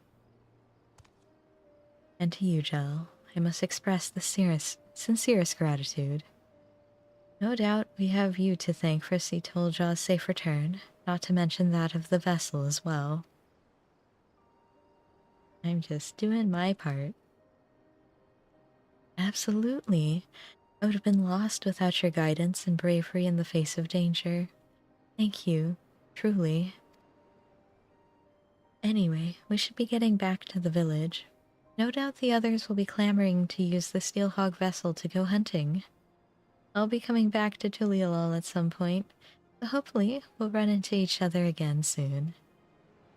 Yeah, for the... Wait, no, this isn't... Until next time. I was gonna say for the Allied Society, like, final quest, but no, this is just role quests. Away she goes.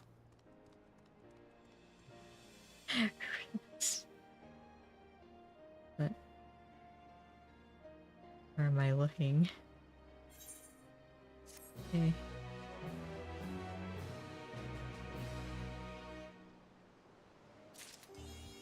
I did it. Some shields are made to be broken. Oh, these two.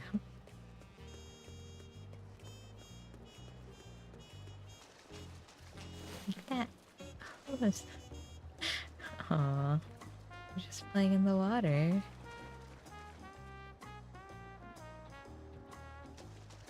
Cute. Alright, now the question is, which melee do I want to be? Because, like, I haven't played Viper in a while. I think my gear... Oh, I can't even equip it right now. Alright. Well, that made my choice for me, I guess. It's another bun. Look at how tall she is.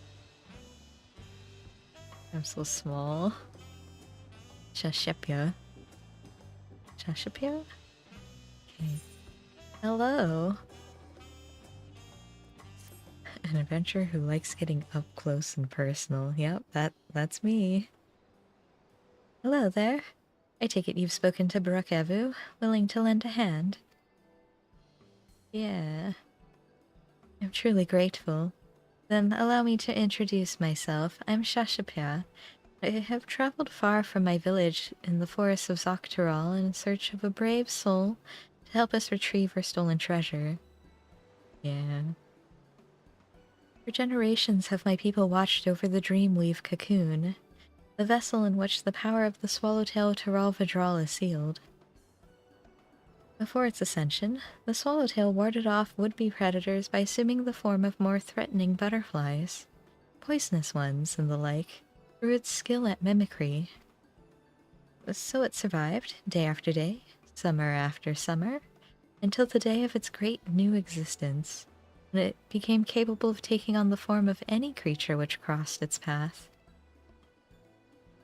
This fearsome power was sealed within the cocoon, and any who possess it command the selfsame abilities. Indeed, the wielder, too, may assume the form of any manner of beast or man they've beheld. Yet this mimicry is not limited to merely physical forms. No, the wielder may replicate the talents and abilities of their target, so long as such actions fall within their ken, that is. In an instant, they may become a master of the hunt, a twin-blade-wielding viper, or a savage brox, with claws and fangs to gut whomsoever they please. It is this power which has protected my village from the predators of the forest. For though it grants many boons, the forest contains threats in equal measure. By donning the skins of its most formidable beasts, we've kept ourselves safe for generations. Without the cocoon, my village's very survival is at risk. That is why we have sent our foremost hunter, Itoka, okay, to ensure it is reclaimed. She has never failed to capture her quarry, so I thought she would make short work of this ordeal. Yet there has been no word from her. I fear this may be a hunt she cannot undertake alone. It is for that reason I wish to enlist the aid of one familiar with the lay of the land beyond the Great Sea. The one whose prowess in close quarters would complement her expertise with the bow. One of the villagers ran into the thief before he fled, and said he intended to use the cocoon's power in Kugane, which I understand is the name of a large settlement located far, far to the east. Please, for the sake of my home, set out for this eastern habitation and assist Itoka with retrieving the cocoon. Man. No, I can cover my own expenses. Leave it to me.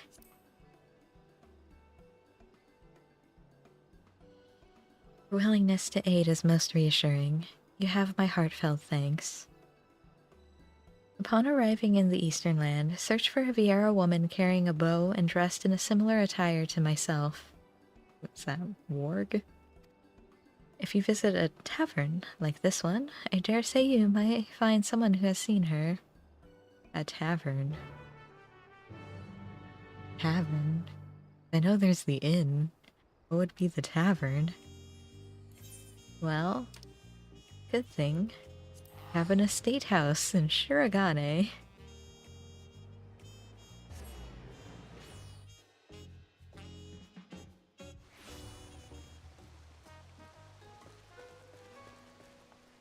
And then I can just leave with the boat over here. Right? Right. Oh, wait, is the tavern? No, it wouldn't be the one with the jumping puzzle, would it?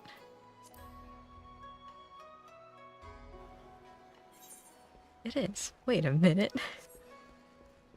I mean... Oh no, I guess there are tables here.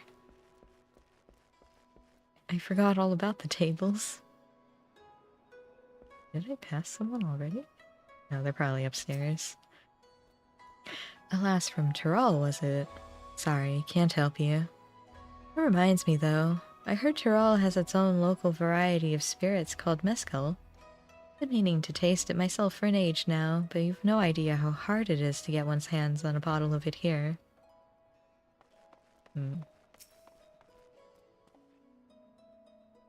Welcome to the Shiokaze Holstery. How may I serve you? Tyrol? You're searching for someone? As a matter of fact, I do distinctly remember seeing a Viera woman of that description earlier, but I'm afraid I could not tell you where she may be now. Look at his little smile after saying that. Alright. Surely it can't be that hard to find a Viera.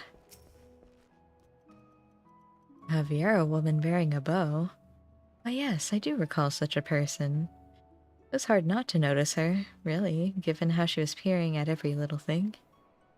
If she came from the distant lands to the west, no doubt Kugane is quite the unusual sight for her.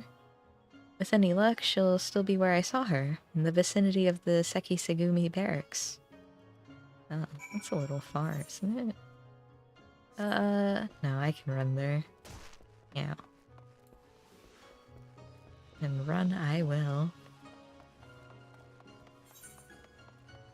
Oh yeah, I guess I'm used to coming from like the Ruby Bazaar teleport up to the barracks, because that's where the stories usually take place. Itoka-esque woman. Hello. Are you Itoka? This is in fact the tower. Yeah, I saw. I cry. The city is simply too large for me to cover alone. Perhaps it's time I returned home. Just like that. Hello. I've come to aid your search, Itoka.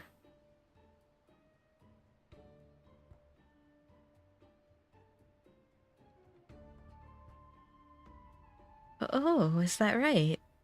I'm grateful, but... why? Your friend sent me. I see. Lashapia always was a worrywart. I won't deny I appreciate the help, though.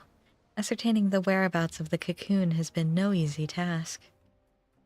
I managed to secure room and board in this lodging after arriving in Kugane, and using it as a base to track down the thief ever since. I'll tell you all I know. According to an eyewitness from my village, the thief is a middle-aged Huron male.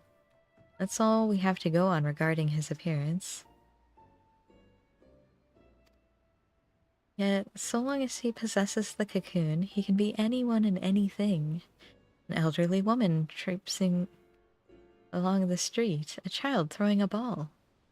Mayhap even the dog chasing after it. Truth be told, I was nigh at wit's end trying to find him. That is, until I discovered that a series of unusual squabbles have been occurring around the city. After investigating these incidents, I found one commonality. The instigator in each case invariably had no recollection of the incident, let alone of inciting it. What's more, eerie accounts have begun to circulate amongst the residents. Some folk claim they've somehow been seen at two places at once. Based on all this, I believe the thief's been using the Dreamweave cocoon to transform into innocence and spread discord throughout the city. Stands to reason we can find him by following the trail of chaos left in his wake, no? And yet, Even should we apprehend him, in whatever form he's hidden himself within, there's nothing to stop him from feigning ignorance. Besides his secret remedy, of course. A recipe for an elixir which can forcibly remove the cocoon's enchantment has been passed down in my village for emergencies like this. I made sure to prepare a few vials before making the voyage here. I need simply throw the solution at the suspect and the cocoon's weave of mimicry will unfurl on the spot. That covers everything. Now, let's say we see if there's any trouble afoot. The thief will undoubtedly not be far from it. Let me know when you're ready. We'll catch him together. Okay. This storyline is like the rest very strange. Yeah. I was told by someone that they liked this one, though. Ron Smith, Caucasian age 30, yeah. It's just middle-aged herein. It was like, okay. What is considered middle-aged in here, by the way?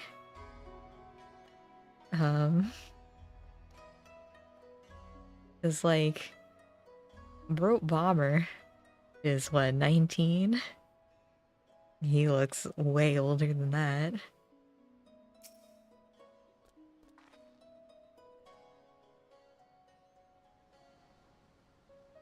This one has a good moment near the end. Okay.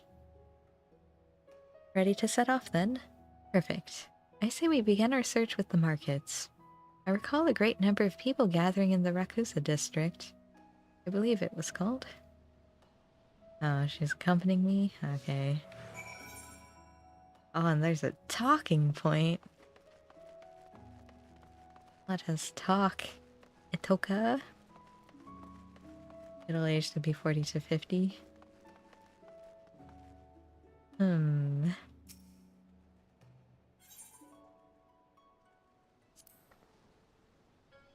think that all of this was wrought by mortal hands. Remarkable. My people have ever lived in harmony with nature. That doesn't mean we condemn the ways of those who choose otherwise. In fact, in the brief time I've been exposed to settlements like this, I've come to see such places have their merits too. I see.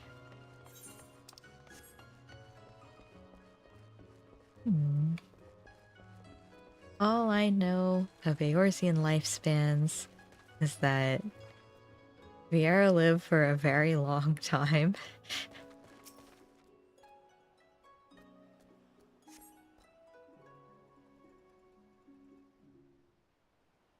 How long exactly?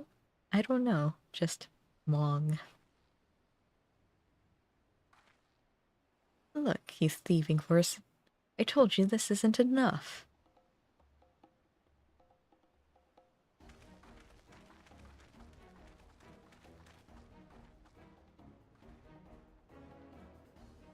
But sir, that cannot be right.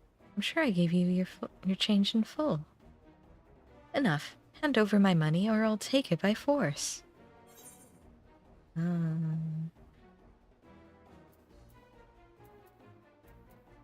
Let's keep watching.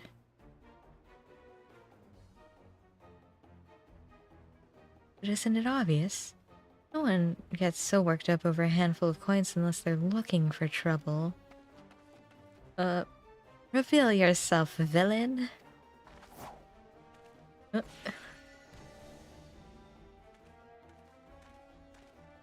it work? What in the blazes do you think you're doing? Oh, sorry. Very, very sorry. Oh dear. 1,000 apologies, sir. I gravely miscalculated your change. I will return what you are owed immediately. I beg your forgiveness. Itoka. Itoka, why did you just throw randomly?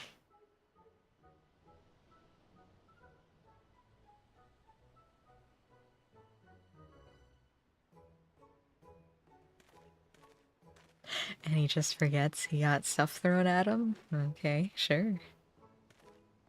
I apologize for the disturbance. How dreadfully embarrassing. Toka. Well, a hunter doesn't quit after a single arrow misses its mark. Best not to dwell on what's done, and instead focus on our next course of action. Let's see how things fare on Koganedori. Okay. Oh, Toka. Oh man, more talking points. Toka, please. Can't just throw your dust at any person who looks remotely suspicious. Is this still cities? Yeah, okay. Well, I don't need to talk about cities. Go on the bridge. Hey, Atoka, have you ever done a jumping puzzle? Talk about the sea. I can't believe how impossibly vast it is. My jaw dropped when I first saw it. I could hardly fathom where the horizon ended and the sea began. Before arriving in Tulialal, I'd imagined the sea to be merely a larger, saltier body of water than the lake back home. There, we would race from shore to shore. To attempt the same here, I fear would have fatal results. You don't say. Vieira. Oh no, not even Vieira. Sheltered Vieira.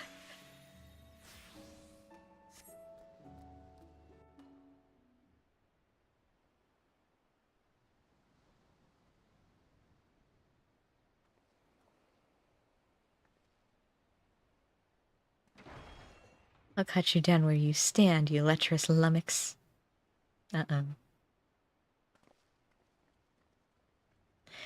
That can't be good.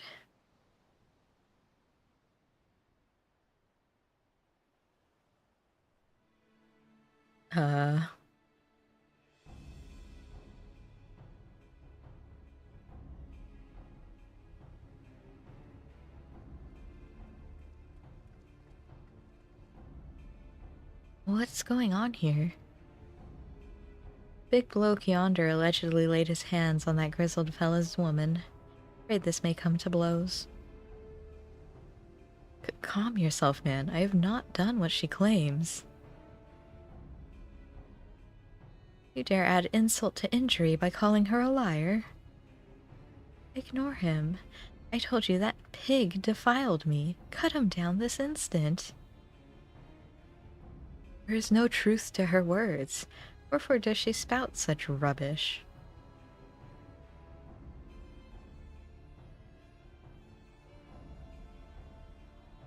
Kami, give me strength. Cut the bloody brute down already. Yes. Not less than your head shall serve as penance for your crimes. Very well. Let my blade prove my innocence.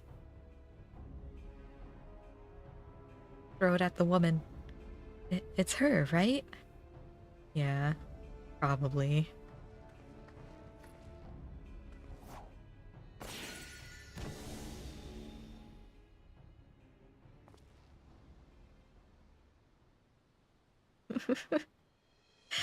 Hello. Oh, they're dressed in ninja garb. Was that really necessary? No matter. I was growing weary of this petty farce. It's time I moved on to bigger and better things. The butterfly. Oh, as a bird. You have a bow? You have a bow! Oh no, you don't. Pew pew. Pew pew. Do it. Uh.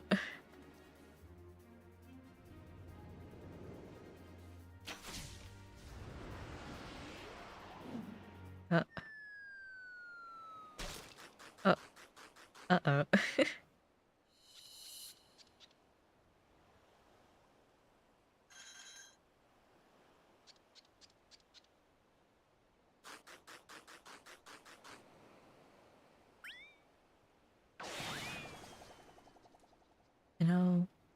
This is why we had to help the Namazu for their quest line. There is no way they would survive by themselves.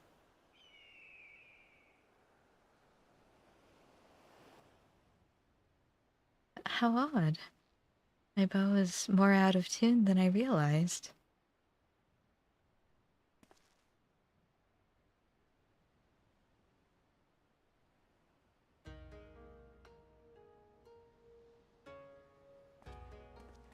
Sweetheart. Is it really you? Oh, thank the kami you're safe.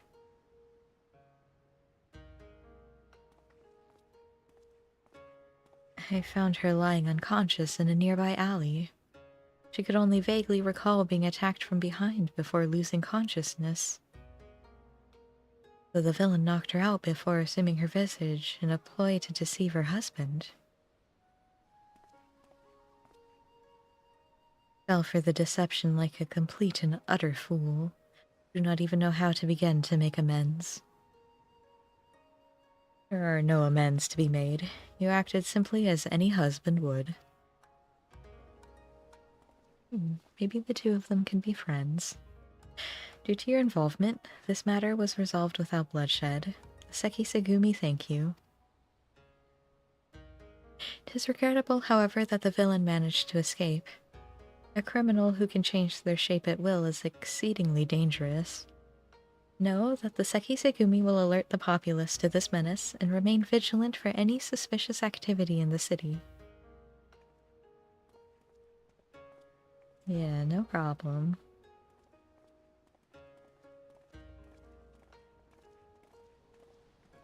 You did it this time. Let's return to my lodgings. I'd like to go over where we stand with our elusive quarry. Should have let me throw a chakram at it. That's where we stand. Can you imagine if I did fling a chakram?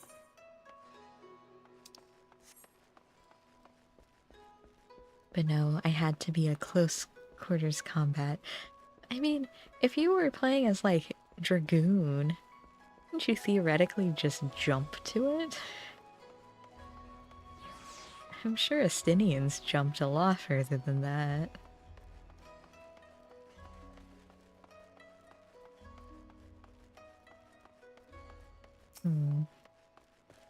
Aritetoka? As predicted, the thief has been using the cocoon's power of mimicry to incite conflict around the city. What he hopes to accomplish by doing so, however, is still unclear.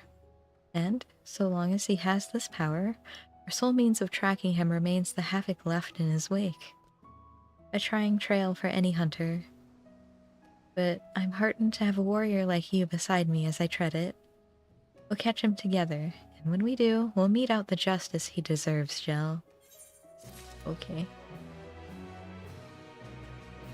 Let's see. Like, any of the melees realistically could have stopped the bird as it flew past us. Yeah, that's true.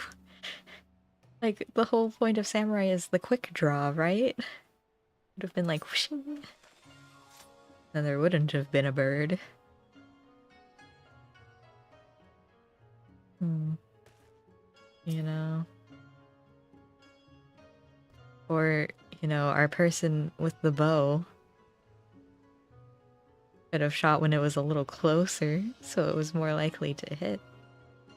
But someone, not naming names, has bad aim.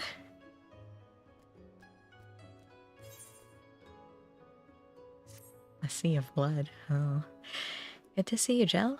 For better or worse, I haven't heard about any unusual incidents in Kugane since our last altercation with the thief. There may be a reason for that.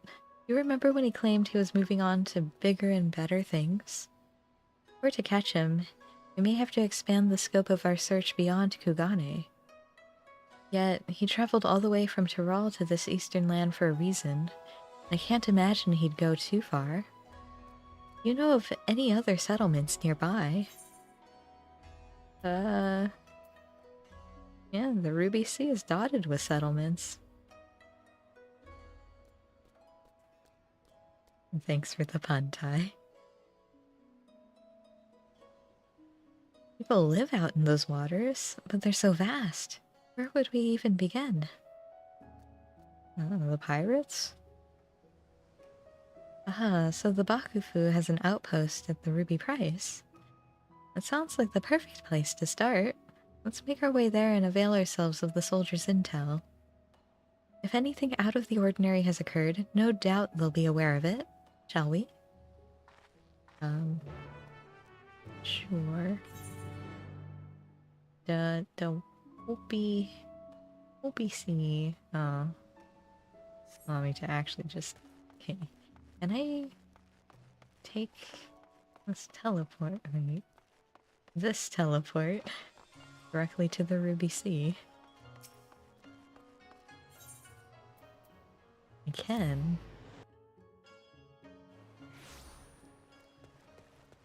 Ikaruga. Hello?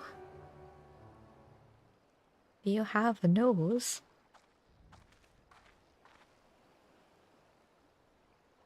Well, this is unexpected. What brings you to the Ruby Price? A thief. Disputes? Strange you should ask. Not even a moon ago, the waters of the Ruby Sea were poised to turn into a sanguinary shade. To turn a sanguinary shade. Please, tell us everything. A Confederate skiff approached the Ruby Price without authorization, and its occupant began hurling insult after insult in an obvious attempt to provoke us. We did not succumb to their provocations, however.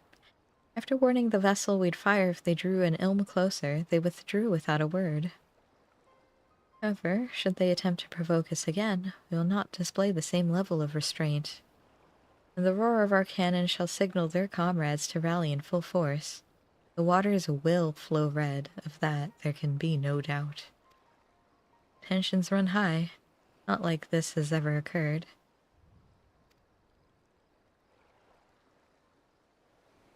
I see. Thank you for the information. Might we speak privately?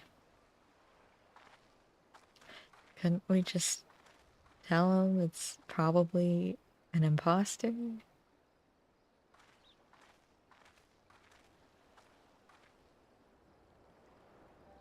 Based on the testimony just now, I gather there's an agreement in these waters that the Confederates are not to draw near the Ruby Price, guarded as it is by Bakufu sentries. If that's the case, then as the soldier stated, I can only conclude that the vessel earlier was attempting to incite a dispute between the two factions. Which fits the modus operandi of our query, wouldn't you say? Perhaps it was he who sailed here under the banner of the Confederates. Yeah? Whatever the case may be, we have nothing but conjecture. We'll need solid evidence before we can alert the soldiers here to this threat.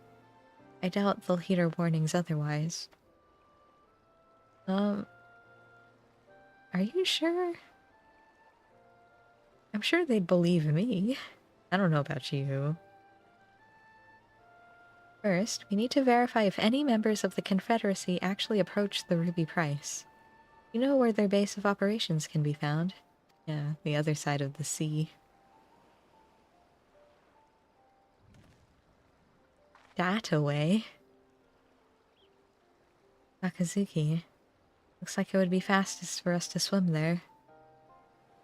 I mean, you can swim. I'm just gonna... Oh, I guess it is the one in the middle. Wait, but don't they also have people over by, like, Heaven on High? I thought they had people up here. Okay.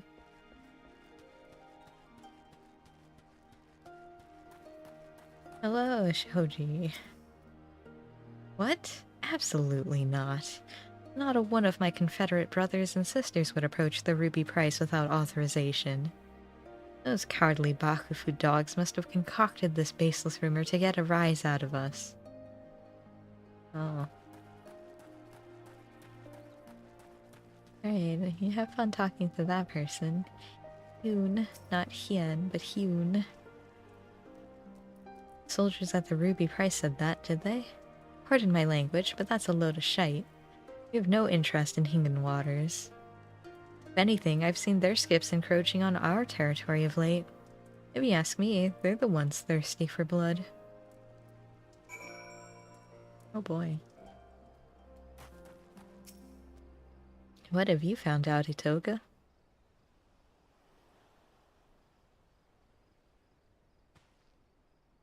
There you are, Jel. Listen to what this person has to say. The situation is more grave than we thought. I'm thankful you came. Not a moment too soon. Captain Rasho ain't been acting himself, you see. Normally where he goes, Tansui follows. Tansui goes, but not today. Showed up just earlier by his lonesome. Ordered us to gather as many heads as able to join him on the Isle of Echo to attend to some pressing business. Normally I'd obliged the captain without a moment's hesitation, but I had a feeling something weren't right, so I asked him what manner of business. We're gonna set the ruby price ablaze, he says. The bloody ruby price. Tried speaking some sense into him, but he weren't a mind to listen. Walked off, saying he has no need of craven bastards like me. Look, I don't know what's gotten into the captain, but it can't be anything good. Please, go to the Isle of Echo and stop him and me comrades before it's too late. This Rasho acting strangely can't be a coincidence. We need to get to that island and quickly. Do you know the way? I can check my map. Got it. We've not a moment to waste.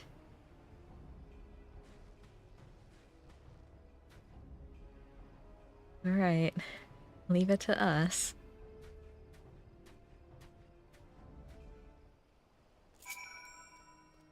Isle of Echo.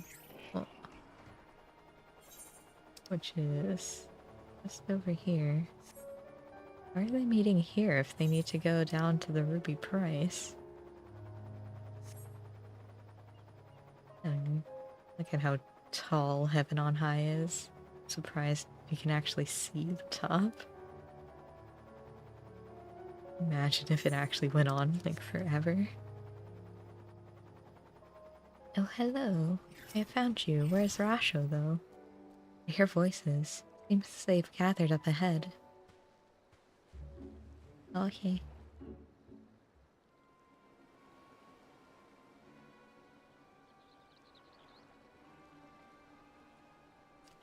Those scum think they can encroach on our territory and get away with it? I'll be damned if we let them. Tonight we lay siege to the Ruby Price and seize it for ourselves. But are you sure? If we do this, we won't just be starting a battle, we'll be starting a war. Been acting strange, Captain. What's gotten into you? Silence. I didn't ask for your bloody opinion. Those lion dogs claimed it was us breaching the agreement. I say we give the bastards what they deserve. That's not just like the three of you? You're not welcome here. Be gone if you value your lives. You're a terrible actor. Boo! Get off the stage.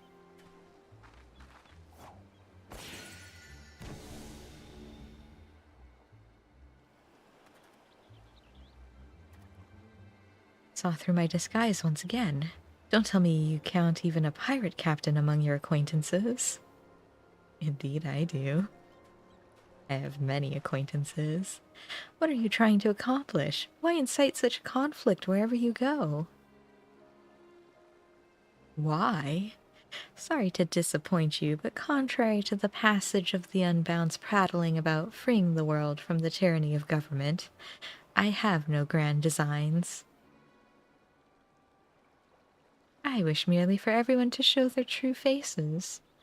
Folk love to put on airs of sophistication and virtue, but push them towards the edge and their masks slip off to reveal the monsters underneath. They'll go for their neighbor's jugular to save their own skin. You've seen it for yourselves. It's quite the spectacle.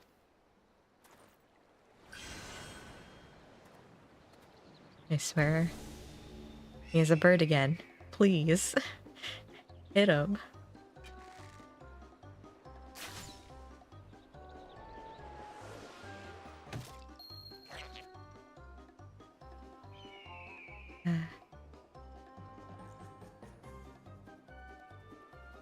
Damn it, the winds are too strong. Excuses, excuses. Are you sure you're an archer? A man of 1,000 faces is a true menace indeed. We'll return to Onokoro forthwith to alert the captain. Rest assured the Confederacy will be keeping a close watch over the Ruby Sea. I didn't think for a moment he was an imposter, and the lies he spouted about the Bakufu soldiers were enough to make my blood boil. To think what would have happened had you not been here to stop us. Kami bless you. Alright. Crisis averted? Question mark? All he wants is to expose people's so-called true faces? That he would use the cocoon for such a petty cause. Unthinkable. Let's return to Kugane for the time being. Okay.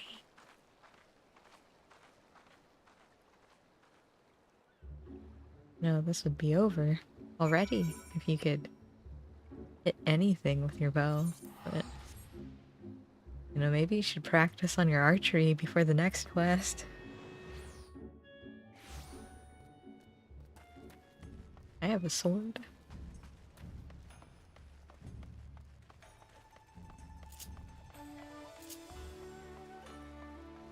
Alright. Damn it all. Believe a bastard like that. Forgive me. I find myself more disgusted with that villain each time we see him.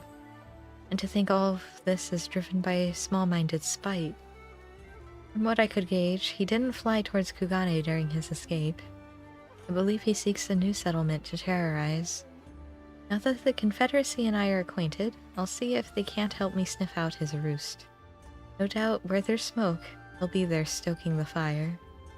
And I suppose I'll use this period to tend to my bow. Next time my arrow will fly true. Yeah, I'll believe it when I see it.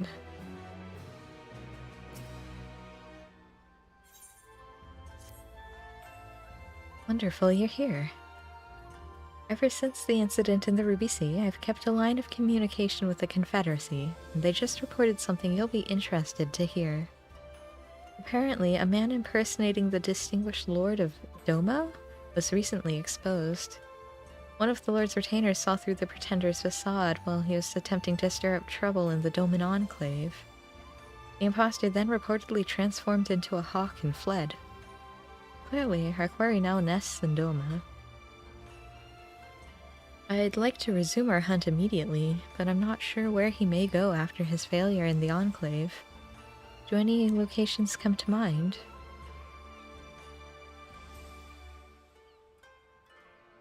A town in Yangsha called Namai, you say? That sounds promising. The extent of your knowledge is truly remarkable, Zhao. Then without further ado, let's make our way there and see if the residents have noticed any unusual activity.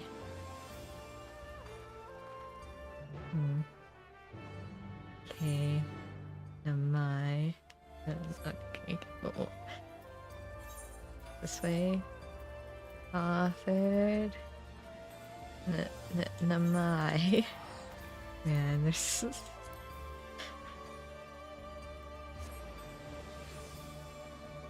Man. Back here in Yangsha. Alright. You. Trouble. None that I can think of. For a blessing, all has been peaceful. Okay, that's good, I guess. Have there been any quarrels of late? Why, yes, actually. Just the other day, the two of us were at each other's throats over a persimmon.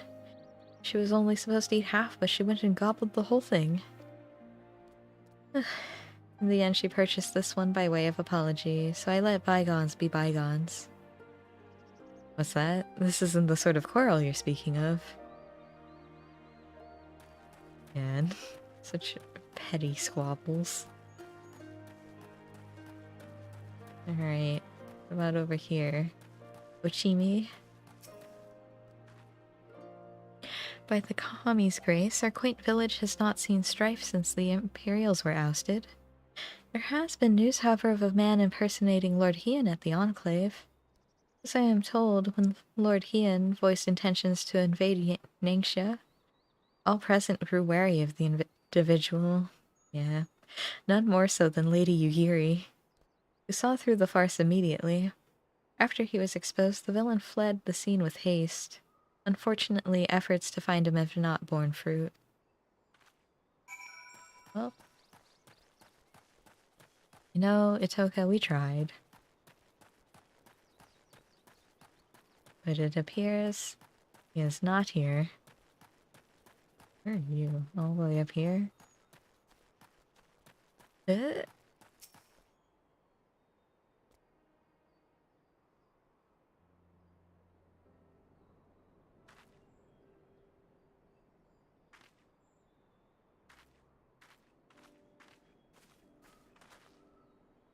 None of the residents I spoke with reported anything out of the ordinary. How did you fare? The same. Then it seems the villain is not here. Where might he have gone? I mean, we have the base, but... Huh? What are you doing here? Oh, hey. A friend of yours? Don't hang your head like we're strangers. We met just moments ago. Remember? You asked me how to reach the House of the Fierce. Oh, he's impersonating me. Good grief, lad. You're lost, aren't you? I couldn't understand your embarrassment, but I'll tell you the way again. Listen carefully now. Follow the descending paths leading north out of the village until you see a small pond. And simply dive in and swim. The House of the Fierce will be on the other side. Could he have impersonated you this time? This doesn't bode well. We must hurry. Much obliged, sir. Oh boy. He's not gonna ruin my reputation, is he?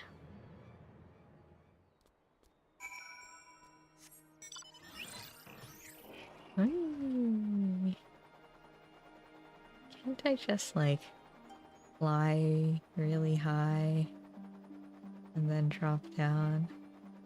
No? Oh, maybe it's just on the other side. Alright. I guess we can go through the water.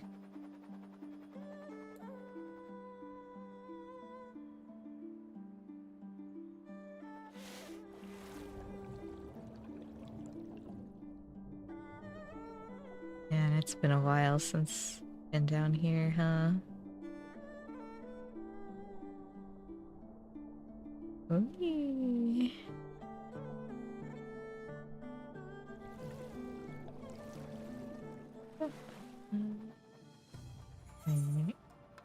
Oh, I was supposed to talk to her.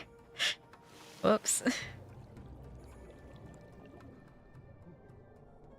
Couldn't you have just gone into the water? Why do you need me to hold your hand?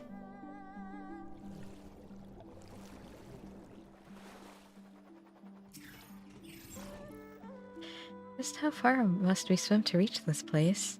I dare say my days spent in the lakes back home are about to come in handy.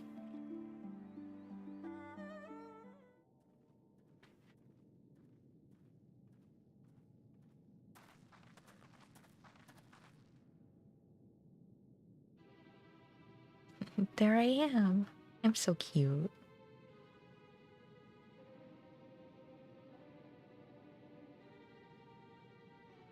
My friends, it's come to my attention that the Khan of the Asm Steppes' mighty Oranir tribe conspires in the shadows to invade Doma. Him? No. I could beat him up in an instant. We must not give them the chance. Invasion would mean all-out war. There's only one solution. Under the cover of darkness, you must assassinate the Khan. Only with his death can this crisis be averted.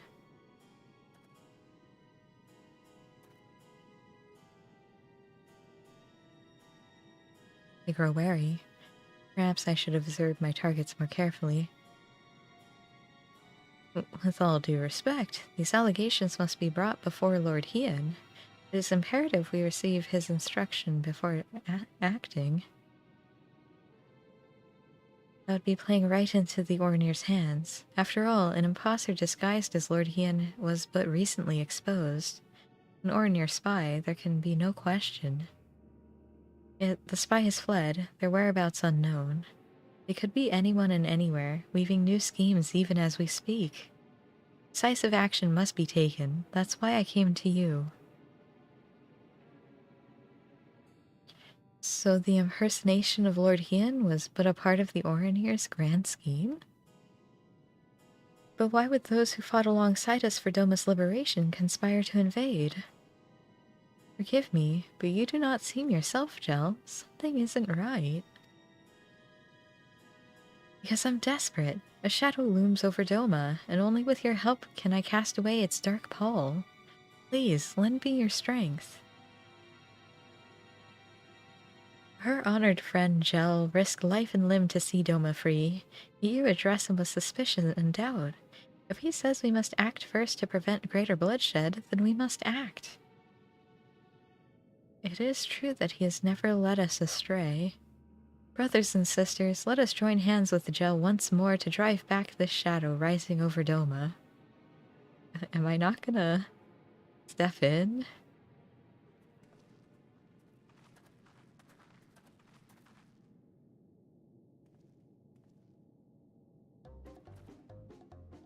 What is the meaning of this? It's that infernal Ornir spy. Quickly, kill him before he can escape. You sound nothing like me. Your charade ends here.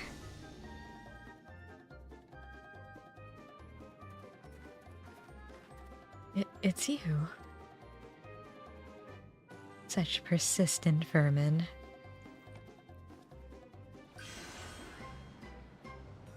Back into a bird?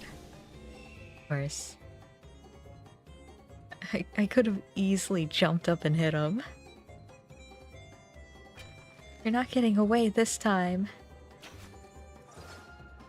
It looks like he's getting away this time.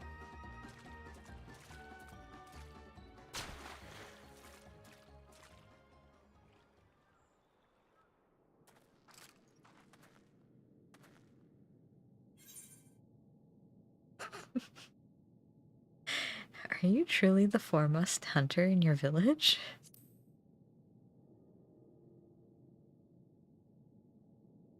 Ah, pathetic. You're nothing like that other girl. What was her name? Ah yes, Itoka. She was fearsome, that one, right up until the moment I drove my blade into her back.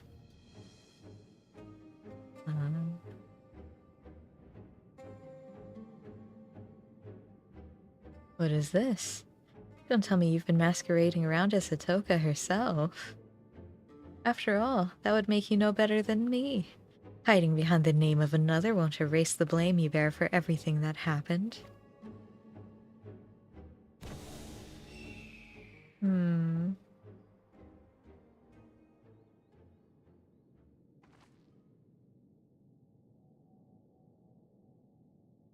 Sorry.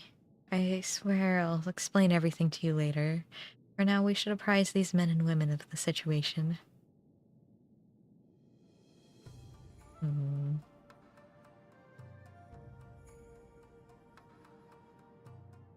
That guy is a ninja.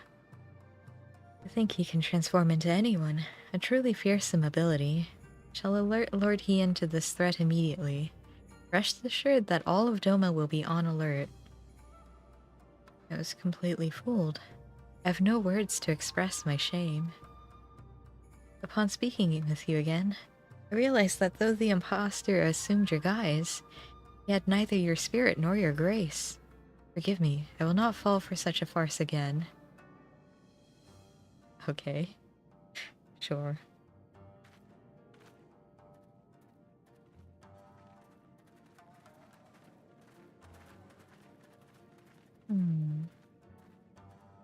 Not being the silent protag is very out of character. No, we do talk. Because we have dialogue options. So canonically, we do say things.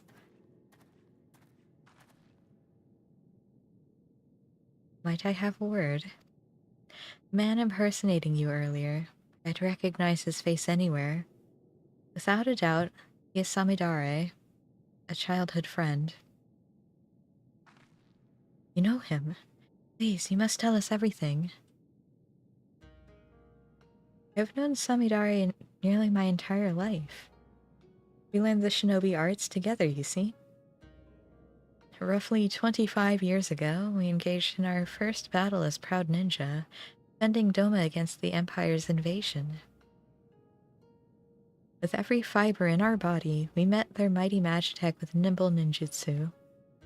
As if moved by our resolve, the mighty auspice and guardian of Doma, Amamogozen, appeared on the field of battle to aid our cause. Oh. Yet our efforts were for naught.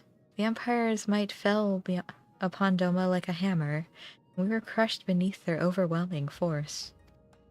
The occupation began soon after, and so too did my work from the shadows. While I devoted myself to resisting the Empire in secret, Samidare was conscripted to their army and forced to become an Imperial spy. I understand he served them well, fanning the flames of war in faraway lands through rumor and manipulation. Indeed, as far back as I can recall, Samidare has ever excelled in the skill of subterfuge. It was only after the prisoner exchange that he returned to Doma at long last. He was a changed man. He could find no joy or solace in the peace he once fought to secure for our nation. Instead, he sought to disrupt it.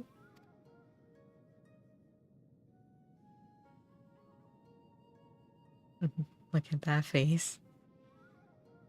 War has taught me the truth of this world. Civility is but a facade to hide man's savagery, and I'll prove it here, in dear, dear Doma. The fool I am. I thought he was jesting. Only later when I discovered the web of lies he'd spun to turn folk against one another, did I realize he meant every word. I tried to confront him, but he fled Doma before I had the chance.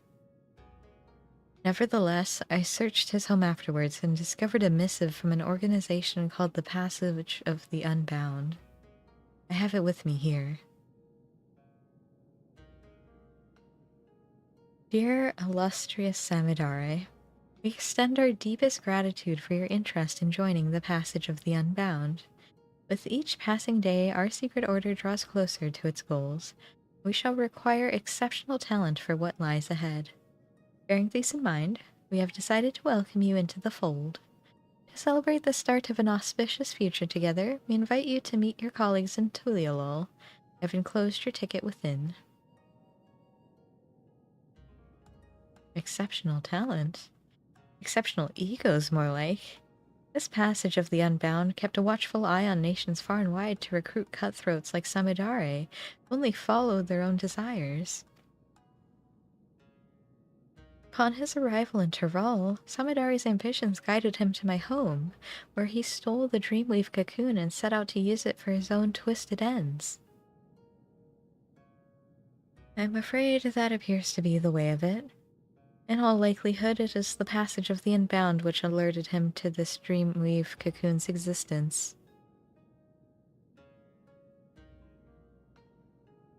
Today, Samidare attempted to incite war between Doma and the Asm Steppe by wearing the face of our dearest ally, you. Your timely appearance prevented the worst from happening. So long as he can alter his form and face at will, who can say what tomorrow may bring? His years as a secret operative have made him a master at reading people.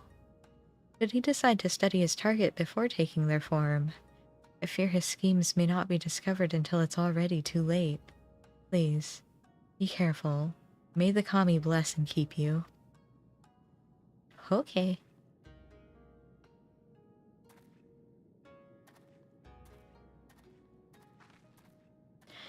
Attempting to find Samidari now would be a fruitless endeavor.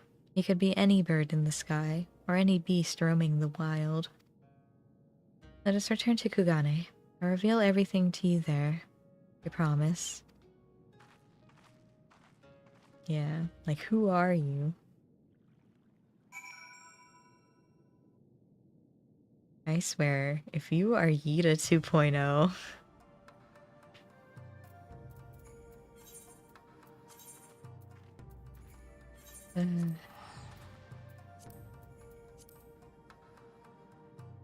Why do people keep assuming other people's identities? Identity theft is not a joke. I cry.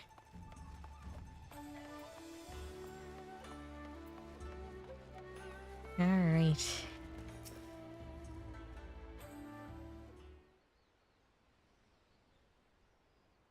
Who are you? I'm grateful for your help today. Once again, I let our prey slip away. The only silver lining is we know who he is now. But more importantly, I apologize for deceiving you. As Samidari said, I'm not the greatest hunter of my home. I'm not Hitoka. I'm... Kuiki? Alright, Kuiki. I hail from the same village as Hitoka, and I too am a hunter, but only in name. You've seen my aim for yourself. Yet, most shameful of all is that it's my fault the Dreamweave cocoon was stolen. Normally, it is enshrined in the deepest recesses of our home. Only Hitoka had leave to wield it. The forest provides shelter and sustenance to many, and not all we share its bounty with are friendly. When great beasts threaten our home, the cocoon's power may be used to protect our lives. Yet, I used it for my own foolish desires. I couldn't take it anymore. I was a hunter, yet I could barely catch prey large enough to feed myself. I was forced to wash clothes, prepare meals, and tune bows. Just once, I wanted to be acknowledged. I wanted to feel pride. So I used the cocoon's power to transform myself into Hitoka.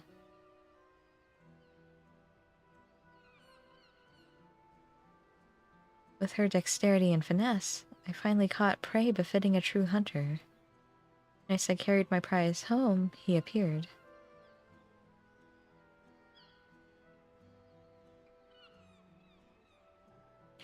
I found him collapsed in the middle of a beaten path. I never had reason to mistrust someone before, so I approached to nurse his wounds. Yet the moment I drew close, he knocked the cocoon from my grasp and struck me unconscious. It was long gone by the time I awoke. I confessed my sin to the village elder, and in her boundless grace she forgave me. But I could not forgive myself. I left home that very eve in secret to pursue the thief, all the way to Kugane. After several days of fruitlessly scouring the city, who should I see but Hitoka? As her most exceptional hunter, it came as no surprise the elder had charged her with recovering the cocoon.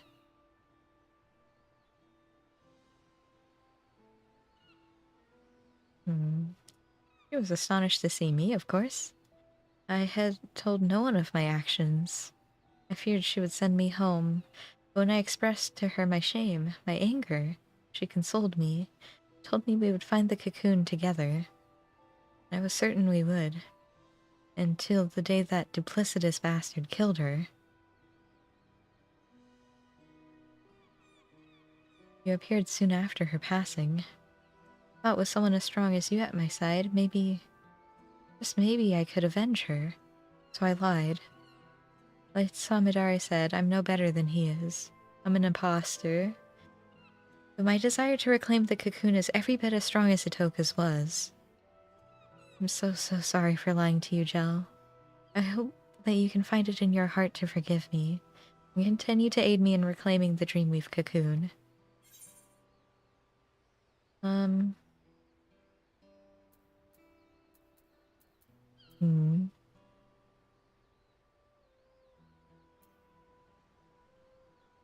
Yeah, thank you for telling me the truth. Of course I'll help. Thank you. I know with you at my side, I can keep my promise to Itoka. For now, I'll remain vigilant for any news regarding conflict in the region. Please do pay me a visit when you find a moment to spare. I'm counting on you. Yeah, can you, work on your aim, though? Please? It's not gonna be like the level 100 quest happens and that's when she finally hits them. Right?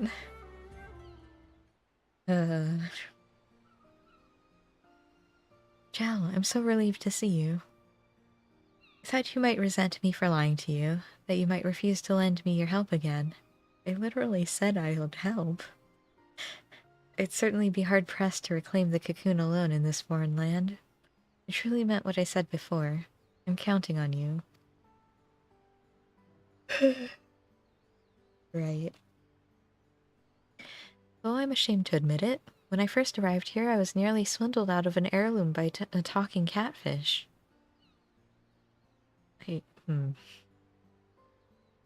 I'd been scouring the city for a shop to pawn my choker so I could secure room and board, you see? When the catfish approached me, claiming it'd buy the necklace for a fair price. Offered me a handful of coins that glittered like gold. I was about to accept the offer when Atoka appeared. In mere moments, she discerned that the catfish's currency was counterfeit, and ended the transaction then and there. She dragged me to the markets afterwards and pawned her own necklace to secure lodging for the both of us. From the moment she arrived, Atoka took care of everything. What I'm trying to say is, I can't do anything on my own. I'm reckless and impulsive, and I'm just really glad to have you by my side. Right. Hello.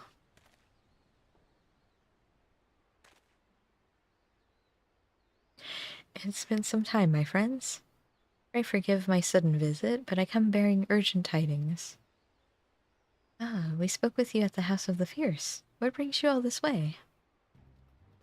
I was able to make contact with Samadare. I told him I was willing to make amends and join my oldest friend in exposing the lies in people's hearts. He responded most eagerly and bade me meet him in secret. Wait, really? Did he say where? Aye, Hell's Lid. Had a mind to lay an ambush for him, but not knowing the extent of the power he wields, thought it best to seek help.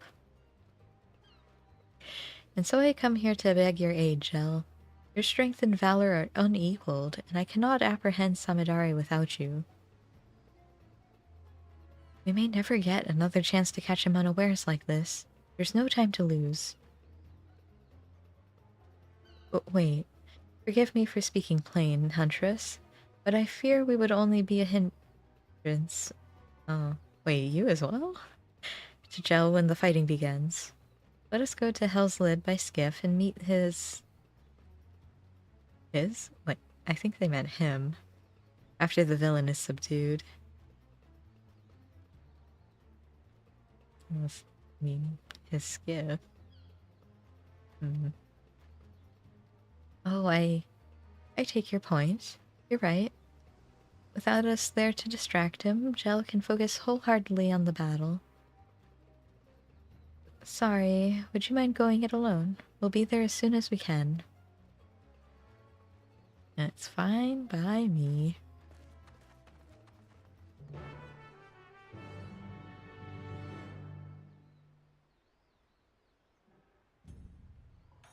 Alright, to Hell's Lid, huh? Which is Ruby Price the closest? Yeah, I guess.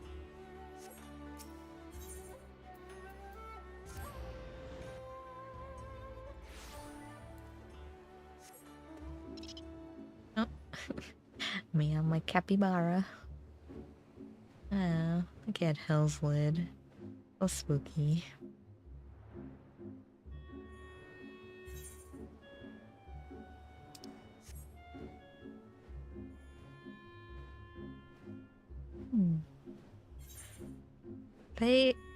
I mean, I guess there aren't a lot of places for the Kugane area since Stormblood was split. So I guess it makes sense we only really go between like the Ruby Sea and Yangsha.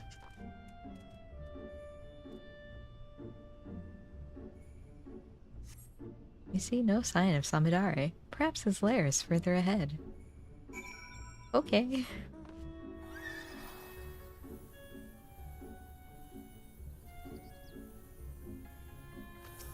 How about here? Not in Hell's Lid, is it? Still see no sign of Samidare, but feel an unsettling presence. Oh. Oh no. Not Kojin.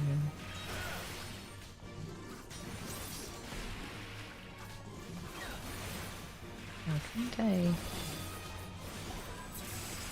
Pew, pew. Alright, well, he's not here.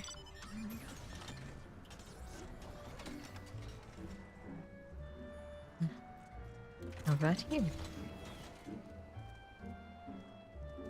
A flying shark? Kodari is nowhere to be found. There's naught to do but await your companion's arrival. Okay.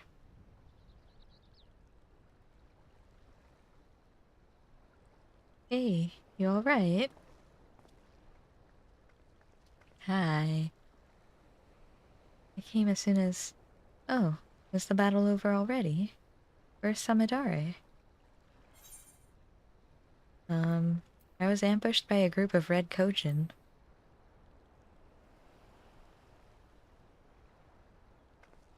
So... what? So this was a trap? Wait, over there.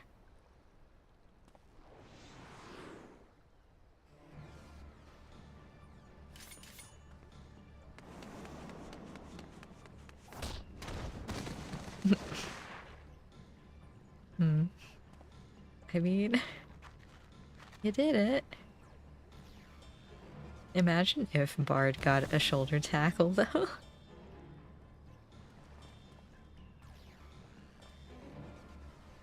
Thank goodness, I made it. After all that time I spent in that old Kojin shell convincing his underlings to attack you, my blade was mere ilms from the skin of your back. Alas, a meticulous plan gone to waste. It seems I underestimated your strength, and the failed huntress's tenacity. I dare say I'm outmatched, and no common beast I might mimic can stand against you. Must contemplate your deaths with more care, more rigor.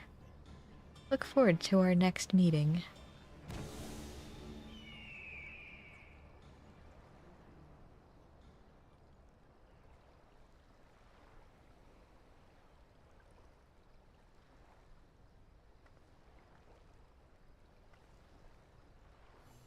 Hello. Forgive me. I needed to catch my breath. Samidare's friend was the villain himself. As soon as the skiff made it to the open sea, he threw me overboard. Damn near had to swim like a fish to make it here in time. It's made me into a fool. Again. He waylaid me before using a similar ruse. By the time I figured out what was what, Itoko was already... I always wondered how a craven like Samidare was able to kill her. Our greatest hunter. And now I know. I forgot too.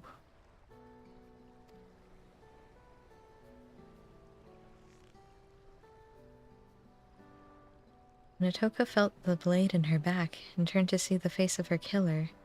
She saw me.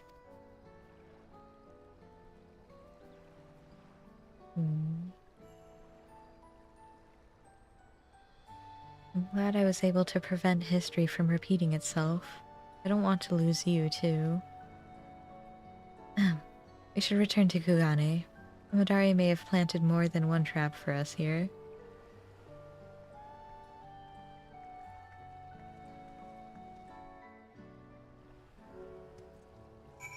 Hmm.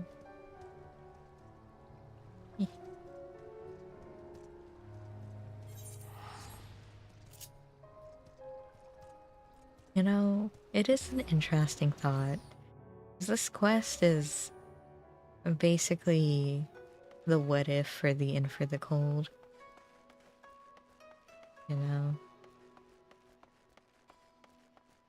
It's like, what if our friends had been deceived? And what if one of them didn't make it?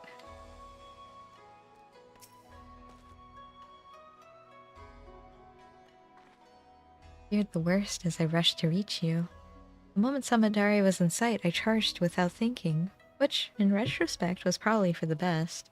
Had I tried to shoot him from afar with my bow, I might have missed. Or worse yet, hit you instead.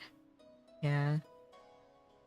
In any case, I'm just relieved you're safe. I promise to be more wary from now on, particularly of familiar faces. It hardly needs saying, but remember to keep your guard up as well.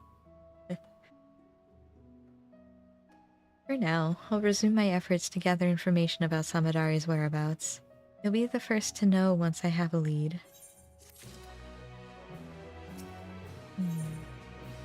Okay, second to last quest.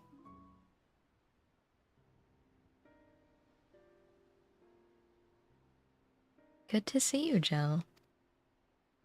Or should I say, Samadare?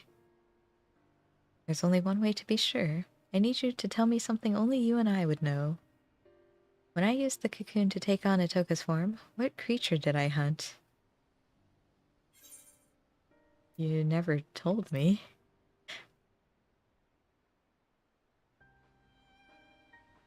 It's really you. Ooh, that's a relief. Indeed, I never told you that my arrow struck a great wild boar. A prize for any hunter.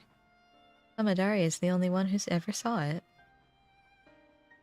I'm sorry for doubting you, but I could think of no better way to expose him if he'd attempted to impersonate you again. I have to remain vigilant, after all, even though no news of his plots has reached me as of late. From here to Yangsha, people are on alert for a many-faced agitator within their midst. Not even a stray cat is beyond scrutiny. While Samadari can no longer act so brazenly, I'm afraid this means his trail's gone cold. We also have another problem. When he pushed me into the Ruby Sea, the remedy I carried was soaked in salt water. I'm afraid it's no longer effective. What-oh? No doubt his plan from the start was to eliminate the one means we had of undoing the cocoon's mimicry. We're at a disadvantage too great to ignore. Which is why I intend to synthesize a new batch. I was just about to go procure the necessary ingredients from the supplier when you arrived. Why don't you join me? Okay.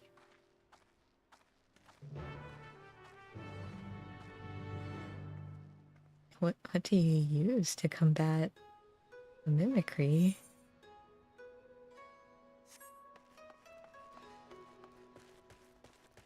Because it's like a little thing of powder, isn't it?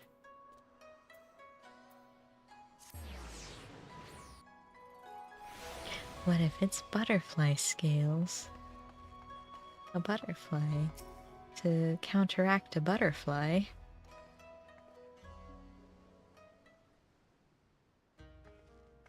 Hello.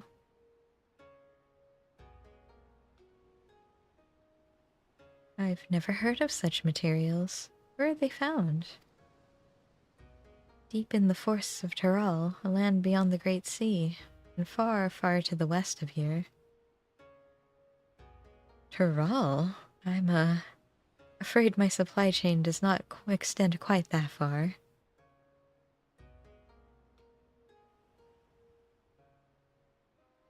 Try East Aldenard.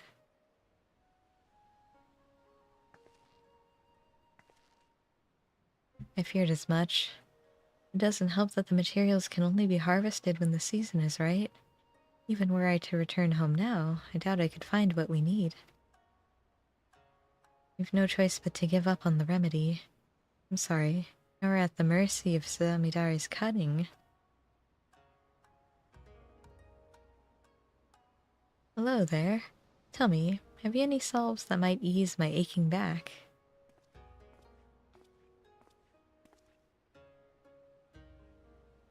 No. Sir, this isn't the apothecary. Where are your spectacles? Oh yes, how could I forget?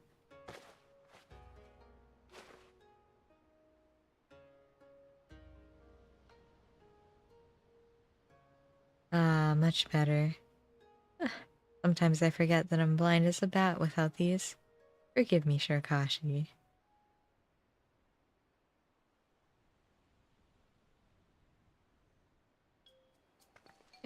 Excuse me.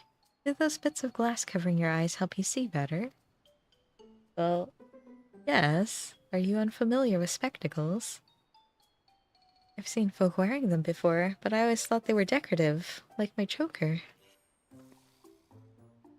Tell me, where can I procure a pair of my own?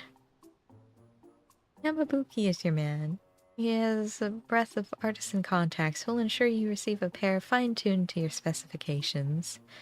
You'll find his shop on this very street. I'll look for him. Thank you. Oh. And I'm the one with the eye patch.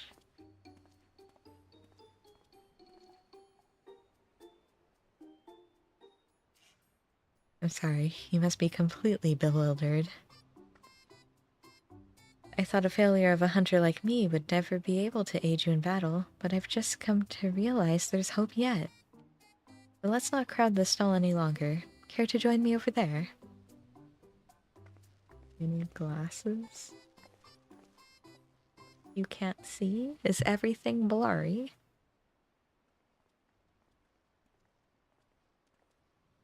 Maybe you're just nearsighted. Ever since I was a child, I've had trouble seeing things from afar. That's why my aim with the bow is so poor. I'm not fit to be a hunter, never was. Only natural that chores like washing sheets and preparing meals fell to me. But I always yearned to do more, to be more. I've looked up to Itoka ever since I can remember. No matter how hard I tried, I simply couldn't give up on my dream. I had to be just like her. So I begged her to teach me everything she knew, from the basics of drawing a bow to precise aiming techniques that few hunters use. Yet, despite all her efforts, my sight failed me where it counted most. All my life, I thought this was simply how nature intended for me to be. I was content to accept my lot. But now that I know spectacles may improve my eyesight, I feel hope. If I could just try them, mayhap my arrows might fire true. I could join you in battle, maybe even strike down Samadari with my own arrow. I may have lost the remedy, but this could give us an element of surprise. I have to try on spectacles for myself. Okay. Alright, let's go meet this Yamabuki. Do I get to choose the spectacles?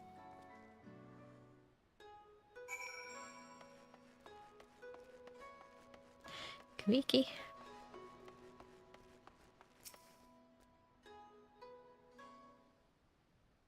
I found him. Hello, they need glasses. Pair of spectacles, is it? I can certainly get your order in the pipeline, but I'm afraid there'll be a wait. I'm fresh out of supplies, you see, and the next shipment isn't due for a number of weeks. Of course, if you're in a rush, you could roll up your sleeves and get the materials yourselves. All you need is the glossy shell of an azure hawksbill? What? And a cluster of harrowant quartz. Sure, I definitely see how these make glasses.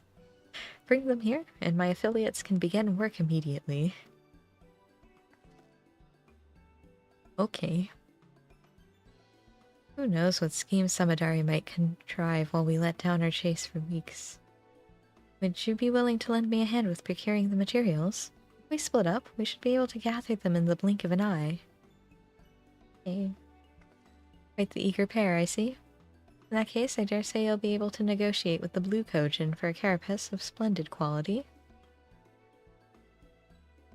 Ah, I visited Tamamizu during my investigations in the Ruby Sea. I'll handle the shell. Okay, and this quartz? That leaves you with the Arlet quartz. Pray look for a cavern near Shoal Rock in the Ruby Sea. Sprinkle some glittering gravel to lure a shoal Iwamushi from its lair within, and retrieve a cluster from a shell. A rock bug?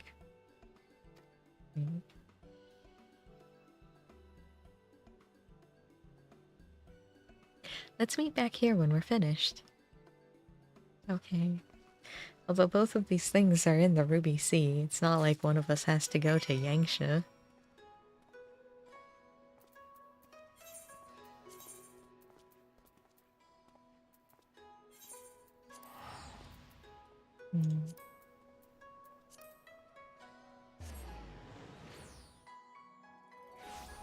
Yeah, actually, this Tamamizu is right there. You can literally go there, make a stop there, and then go back. All in one trip. You know, that's fine. Go negotiate with the Kojin. I must fight. Father, I crave violence.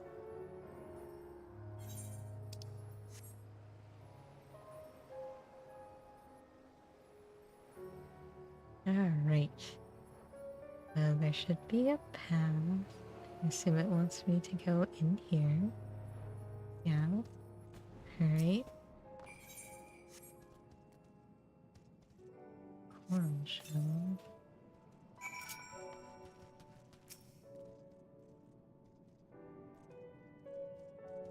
Alright, where is it? Oh, this is it? Alright, let me tend to it. I'll just take the hit. I don't care.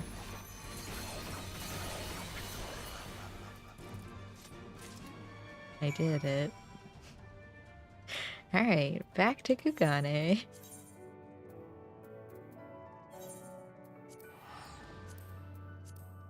Literally all it took was one Madare.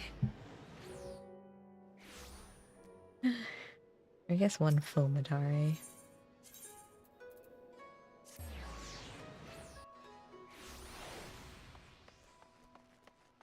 Alright, Yamabuki. I don't see Koiki here. I must be faster. Ah, you're the first to return. I trust you have the quartz in hand. Yep. There you go, your shiny rock. I did it. Excellent. This will make for a fine pair of lenses. Now we need only wait for your friend. I'm back. Alright. You okay? NPC wasn't that far.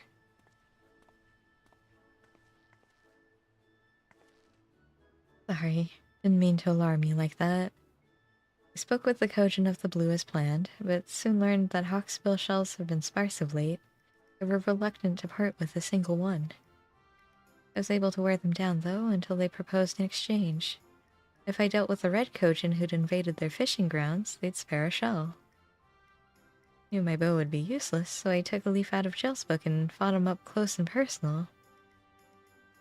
Oh. As you can see, I took quite the beating, but so did they. It may be a little worse for wear, but the trouble was worth it. I have the shell as promised, and with it, your associates can get started. Indeed they can. Let us first measure your eyesight, then we can get to work.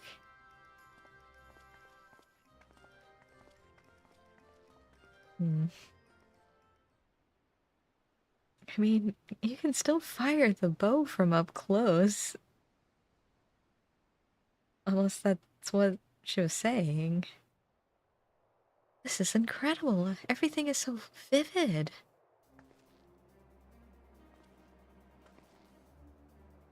Oh. You look like a nerd. Why, I'm sure I could hit a bird over the horizon. Come, Gel. I want to fire some test shots at that sign over there. Oh, hold on. That seems like a fine way to earn the ire of the Sekisagumi. I'll prepare some targets for you, so let's move somewhere less crowded. Of course. Thank you for going to the trouble.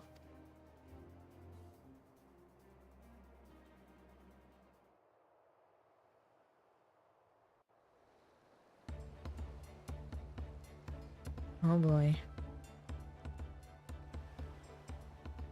Alright. I expect a headshot, nothing less.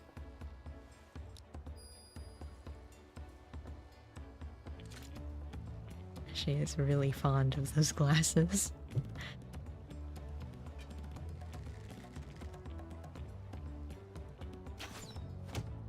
Oh, you did it.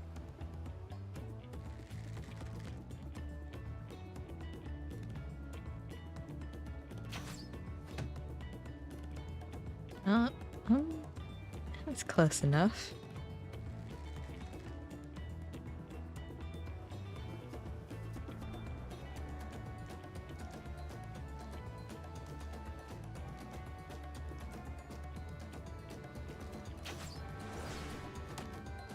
Ah.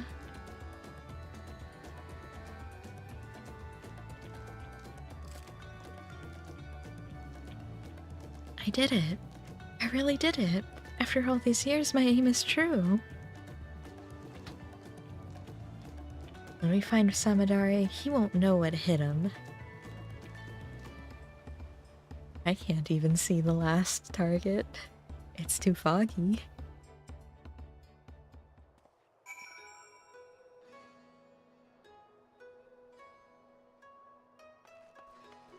Alright, Kuki.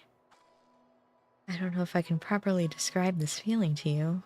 After so long, I don't feel like someone pretending to be a hunter. Finally, I don't feel like a burden. As soon as I catch even a whiff of Samadari's trail, we stop him for good. When that moment arrives, please lend me your strength for one last time. Together, we'll retrieve the cocoon and return it to my village. Yeah. I believe in you.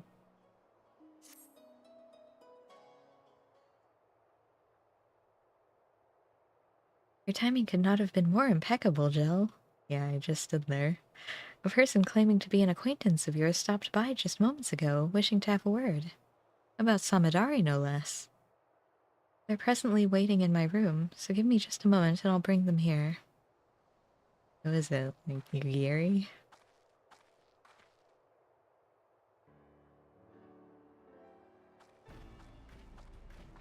No. Oh, Serena. You look well, Jel. Forgive me for skewing pleasantries, but there's an urgent matter I wish to discuss.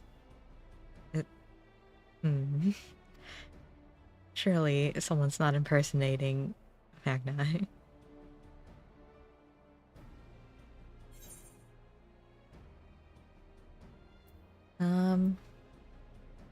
When we first met in Reunion, what did you purchase at the market?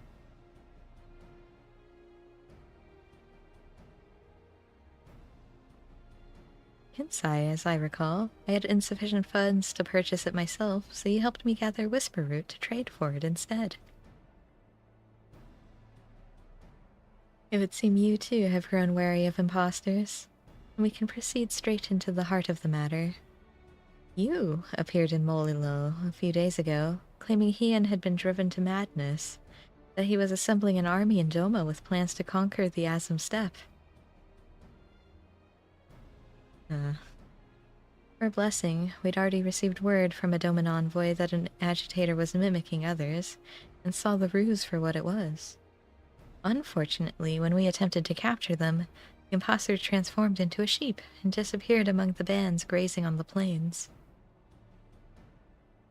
When I informed our friends in Doma of the incident, I was told you have been using Kugane as a base to track down the perpetrator, and thought it best I apprise you of this happening. Samadare. He won't relent. His schemes won't end until we make them end. You may discover a clue as to his whereabouts in Reunion. If anyone in the steppe has seen him, that is where they will be. Now, I must alert the other tribes to this threat. May the winds speed your way. Wow. Okay, bye, Serena. Off to the Asum Steppe, then. With any luck, someone in Reunion will have insight to offer. I want to talk to Magna and Saru. Please, I miss them. They were the best part of the Asum Steppe. Alright. Rolling.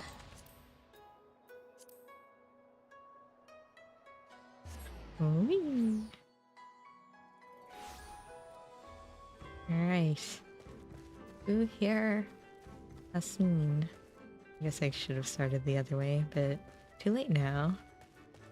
Wait, Yasui. Conflict. Not besides the normal quarrels between tribes. Certainly no disputes on the scale you speak of. But I have heard rumors that Magnai has been sneaking out from the Dawn Throne. Where could he be going? And to do what, I wonder? Oh. Please, leave the man alone. He's been through enough. Enough embarrassment.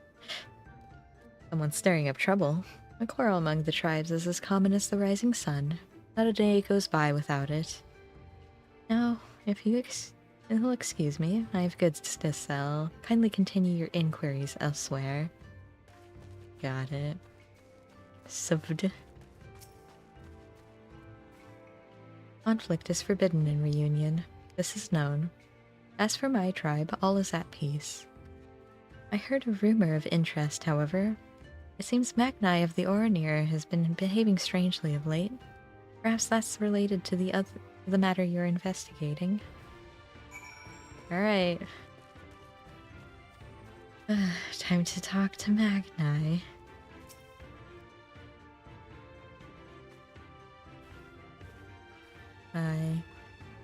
Were you able to learn anything of interest? Since Magnai. I also heard the rumors pertaining to this Magnai. One person even stated they saw him heading towards a place called Bardam's Metal not long ago. Mayhap his is the form Samadari has chosen to take on. Whatever the case may be, we'll find the answer at Bardam's Metal. We can't allow Samadari's depravities to go on any longer. Steel yourself. For when next we face him, we're putting an end to all of this. Oh. Alright. Good, you're ready. Once the battle begins, there's no telling which form Samadari might take. An eminent warrior, a fearsome beast, or worse. He's also shown more scrupulous behavior in his preparations of late. Whatever his form, it would do best to assume that he has thoroughly studied its strengths, and will use them to full effect. But I'm not the feeble hunter I was before.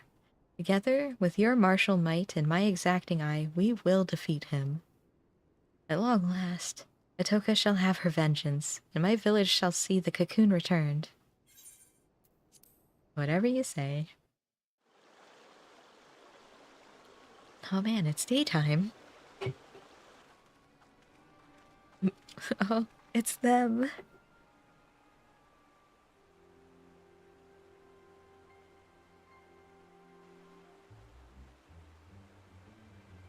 Oh. Why is she blushing? What? My beautiful bright sun. I would bask in your warmth till my flesh returns to the earth.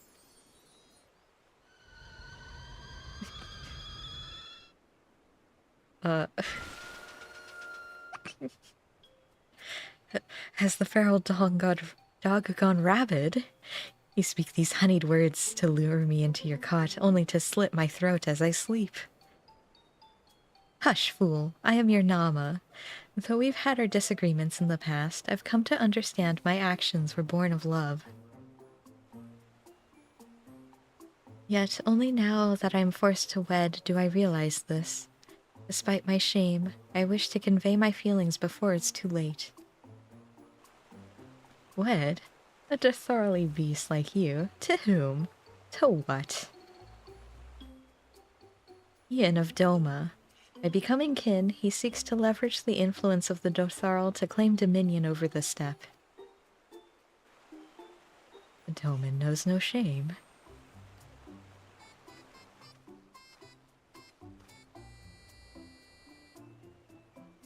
Very well. I will consider your proposal. Far-fetched though it may be, I cannot overlook the possibility that you are my Nama. Oh, I know. But first, we must gather our warriors. The Doman's impudence cannot go unpunished. We march for Doma come morrow's dawn.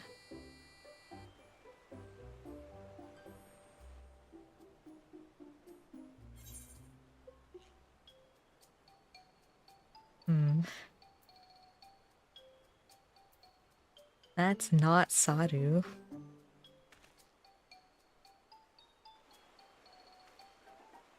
You, what are you doing here? Is it not obvious? They are spies of Doma, come to quash any thought of resistance. You must kill them, quickly. But he is the Kagan.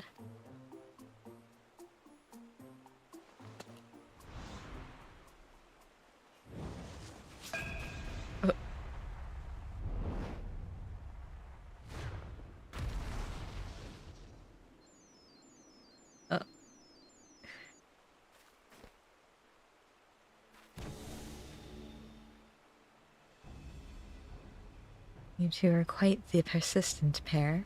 I'd hoped to strike at your backs from the shadows, but now you've forced my hand. Forced. I'll select from my repertoire the greatest warriors I have witnessed, and use their strength to give you the death you so crave. Silver Tongue Samidare. Beginning with her. Her? Oh.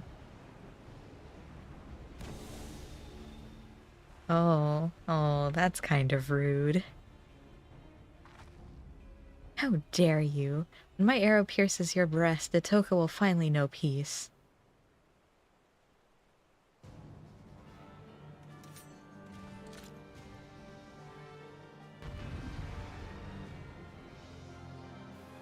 Alright.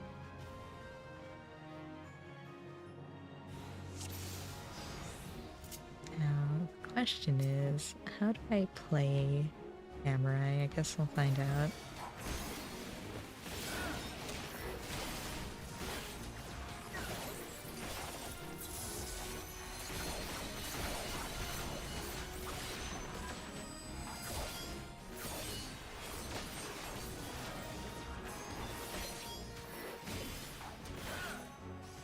Have a dot.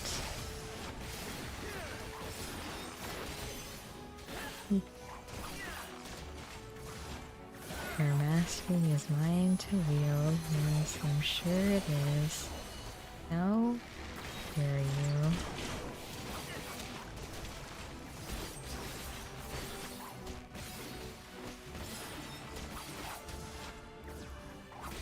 And couldn't I just... Haha, thank you for the extra kinky.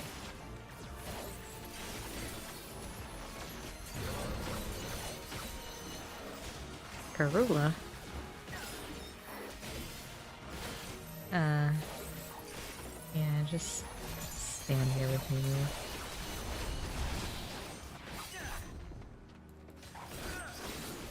Man, I have to go all the way out here.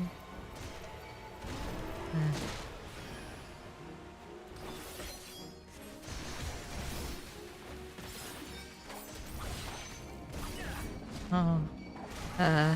Okay.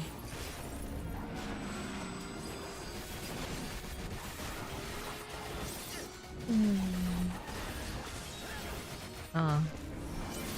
I guess that works too.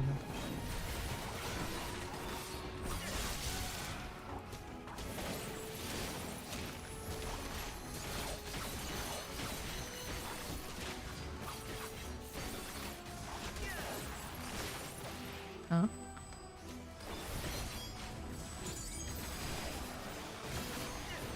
Alright, who are you turning into this time? That guy.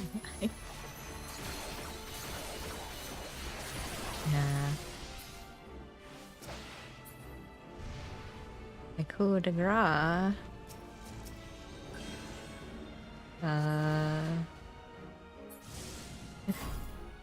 Oh.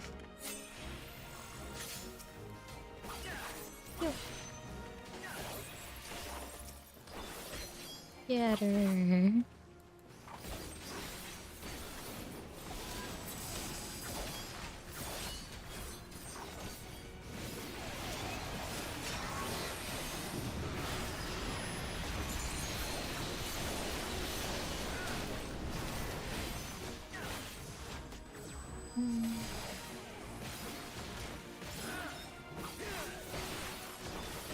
Assume her form. Who? Oh. I mean, okay.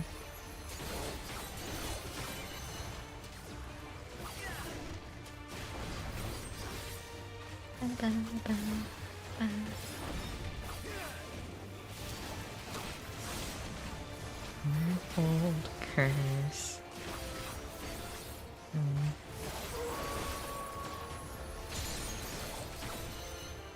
Now, I shall drink deep of the ambient ether and render you to ash. Faithful image? Okay.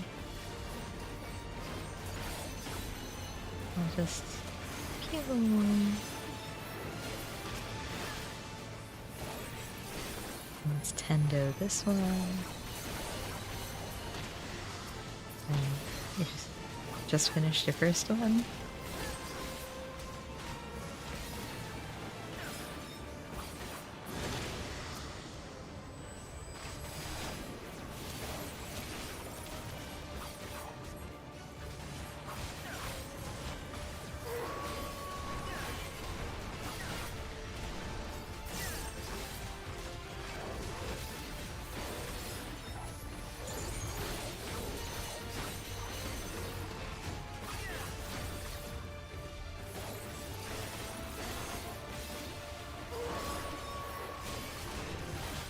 At her snows.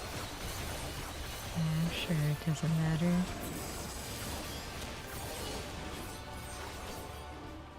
Teehee. It's me. I am strong.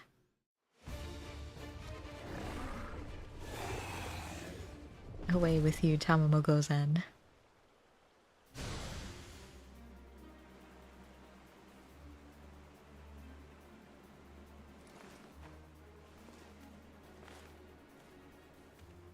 No. Right. Get him. You have your special brand.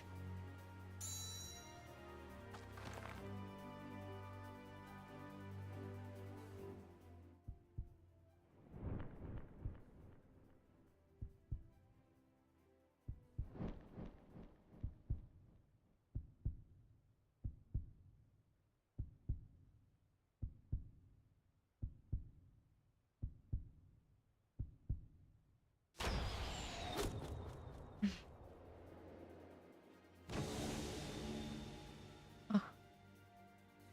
I did it. Oh.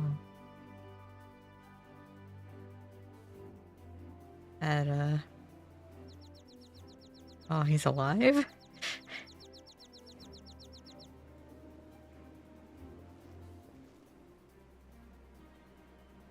Yeah.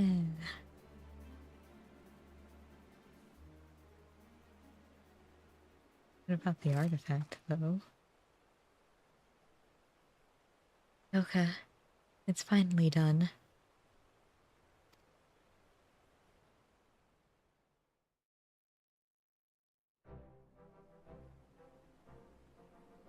Is Magni okay?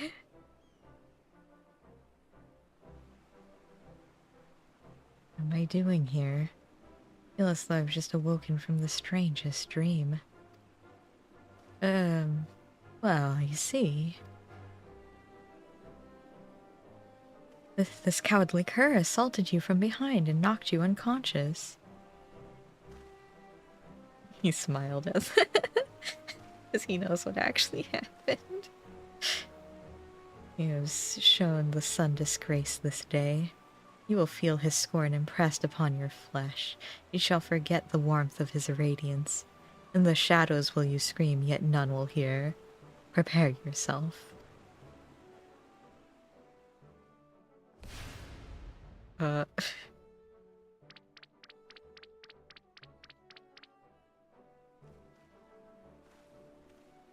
I'm sure he'll be fine.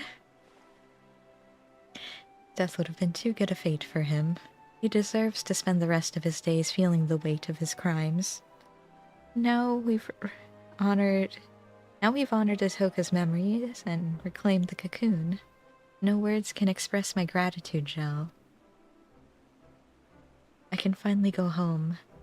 My community awaits our foremost hunter's triumphant return. What expression will come over their faces when the village disgrace arrives instead? I don't know if I can bear to see. I think you'll be fine.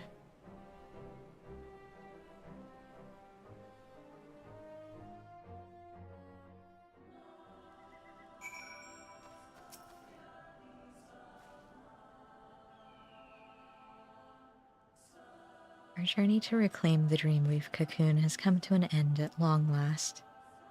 Would that I could return home in high spirits.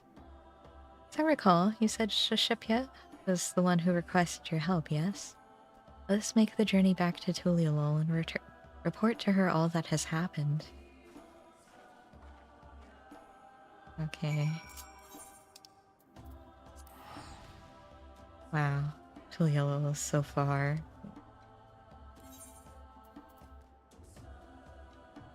Surely I can go to somewhere that's a little closer to it, like Limsa, and then go to Tuliolol. I don't want to spend an Aetheryte ticket.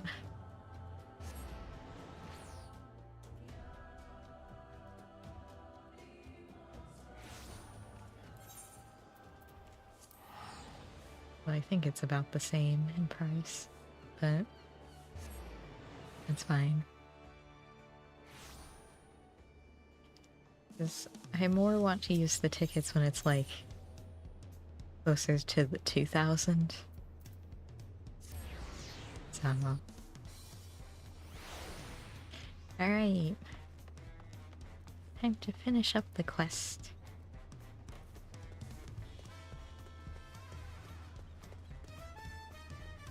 Let's see. Shashipya. Shashipya, I'm here. Me helping out my fellow buns. You're back. Are you able to retrieve the Dreamleaf cocoon?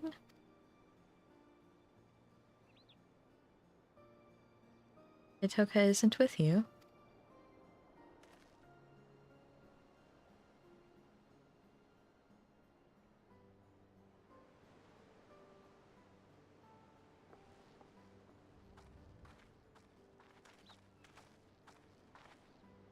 Kuiki, thank goodness you're alive.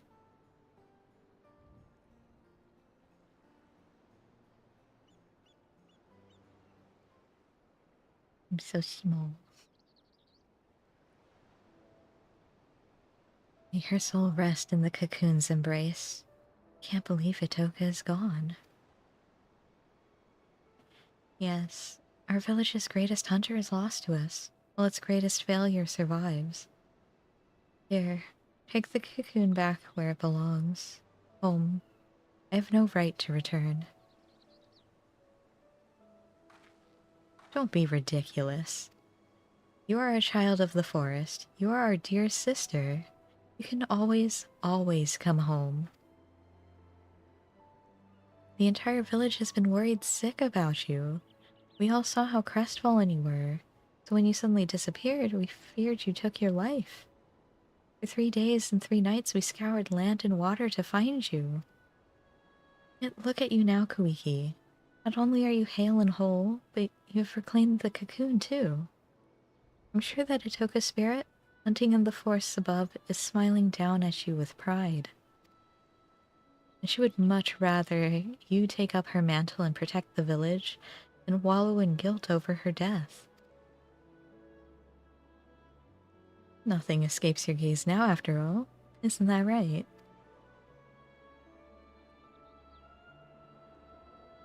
Thank you, Shashapya. It's settled. You will return home with me, and finally our village can breathe a sigh of relief. And it would be remiss of me not to thank you properly, Gel. For assisting Koiki in reclaiming the Dreamweave cocoon, you have my heartfelt gratitude. I was little more than a liar and a hypocrite when we first met. But during our time together, I discovered that I am so much more than that. And with the right tools, even I could become a hunter worthy of following in Itoka's footsteps. I'm truly grateful to you for helping me to see that. Farewell for now, Gel. I hope that one day our paths may cross again. Yeah. She is so fond of those glasses. Alright, bye.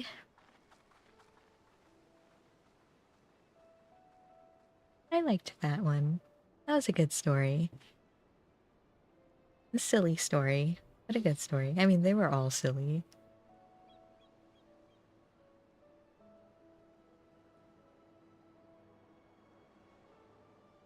The silliest probably being the healer one.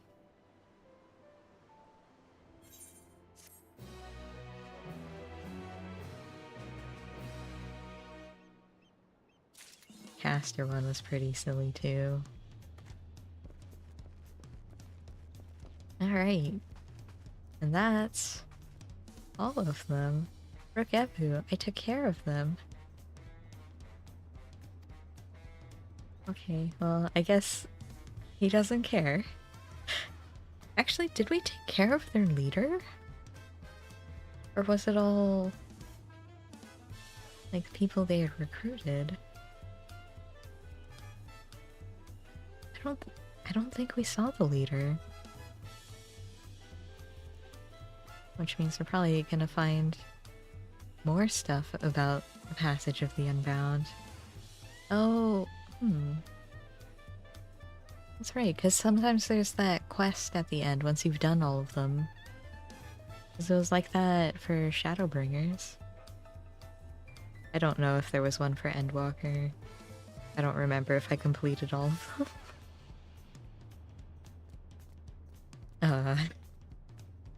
Yeah. But we did it. We did the thing that I set out to do, and we did it within the time frame that I set out for too. Because that's why I started an hour early. Because each one was taking like 2 hours. And I didn't want to be here till like midnight.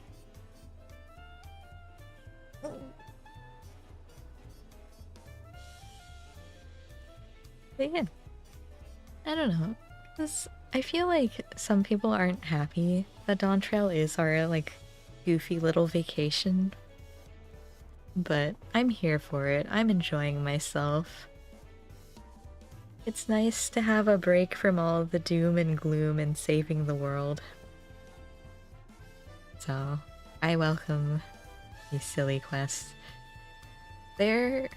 in a way, they are very Hildebrand-like. Which makes me wonder about the actual Hildebrand quests. Because the last thing we did for Hildebrand was the weapons. So, who knows where our journey will lead us. But, for now, that is all we're going to be doing for today. Thank you for coming out, and I hope to see you next time. Bye for now.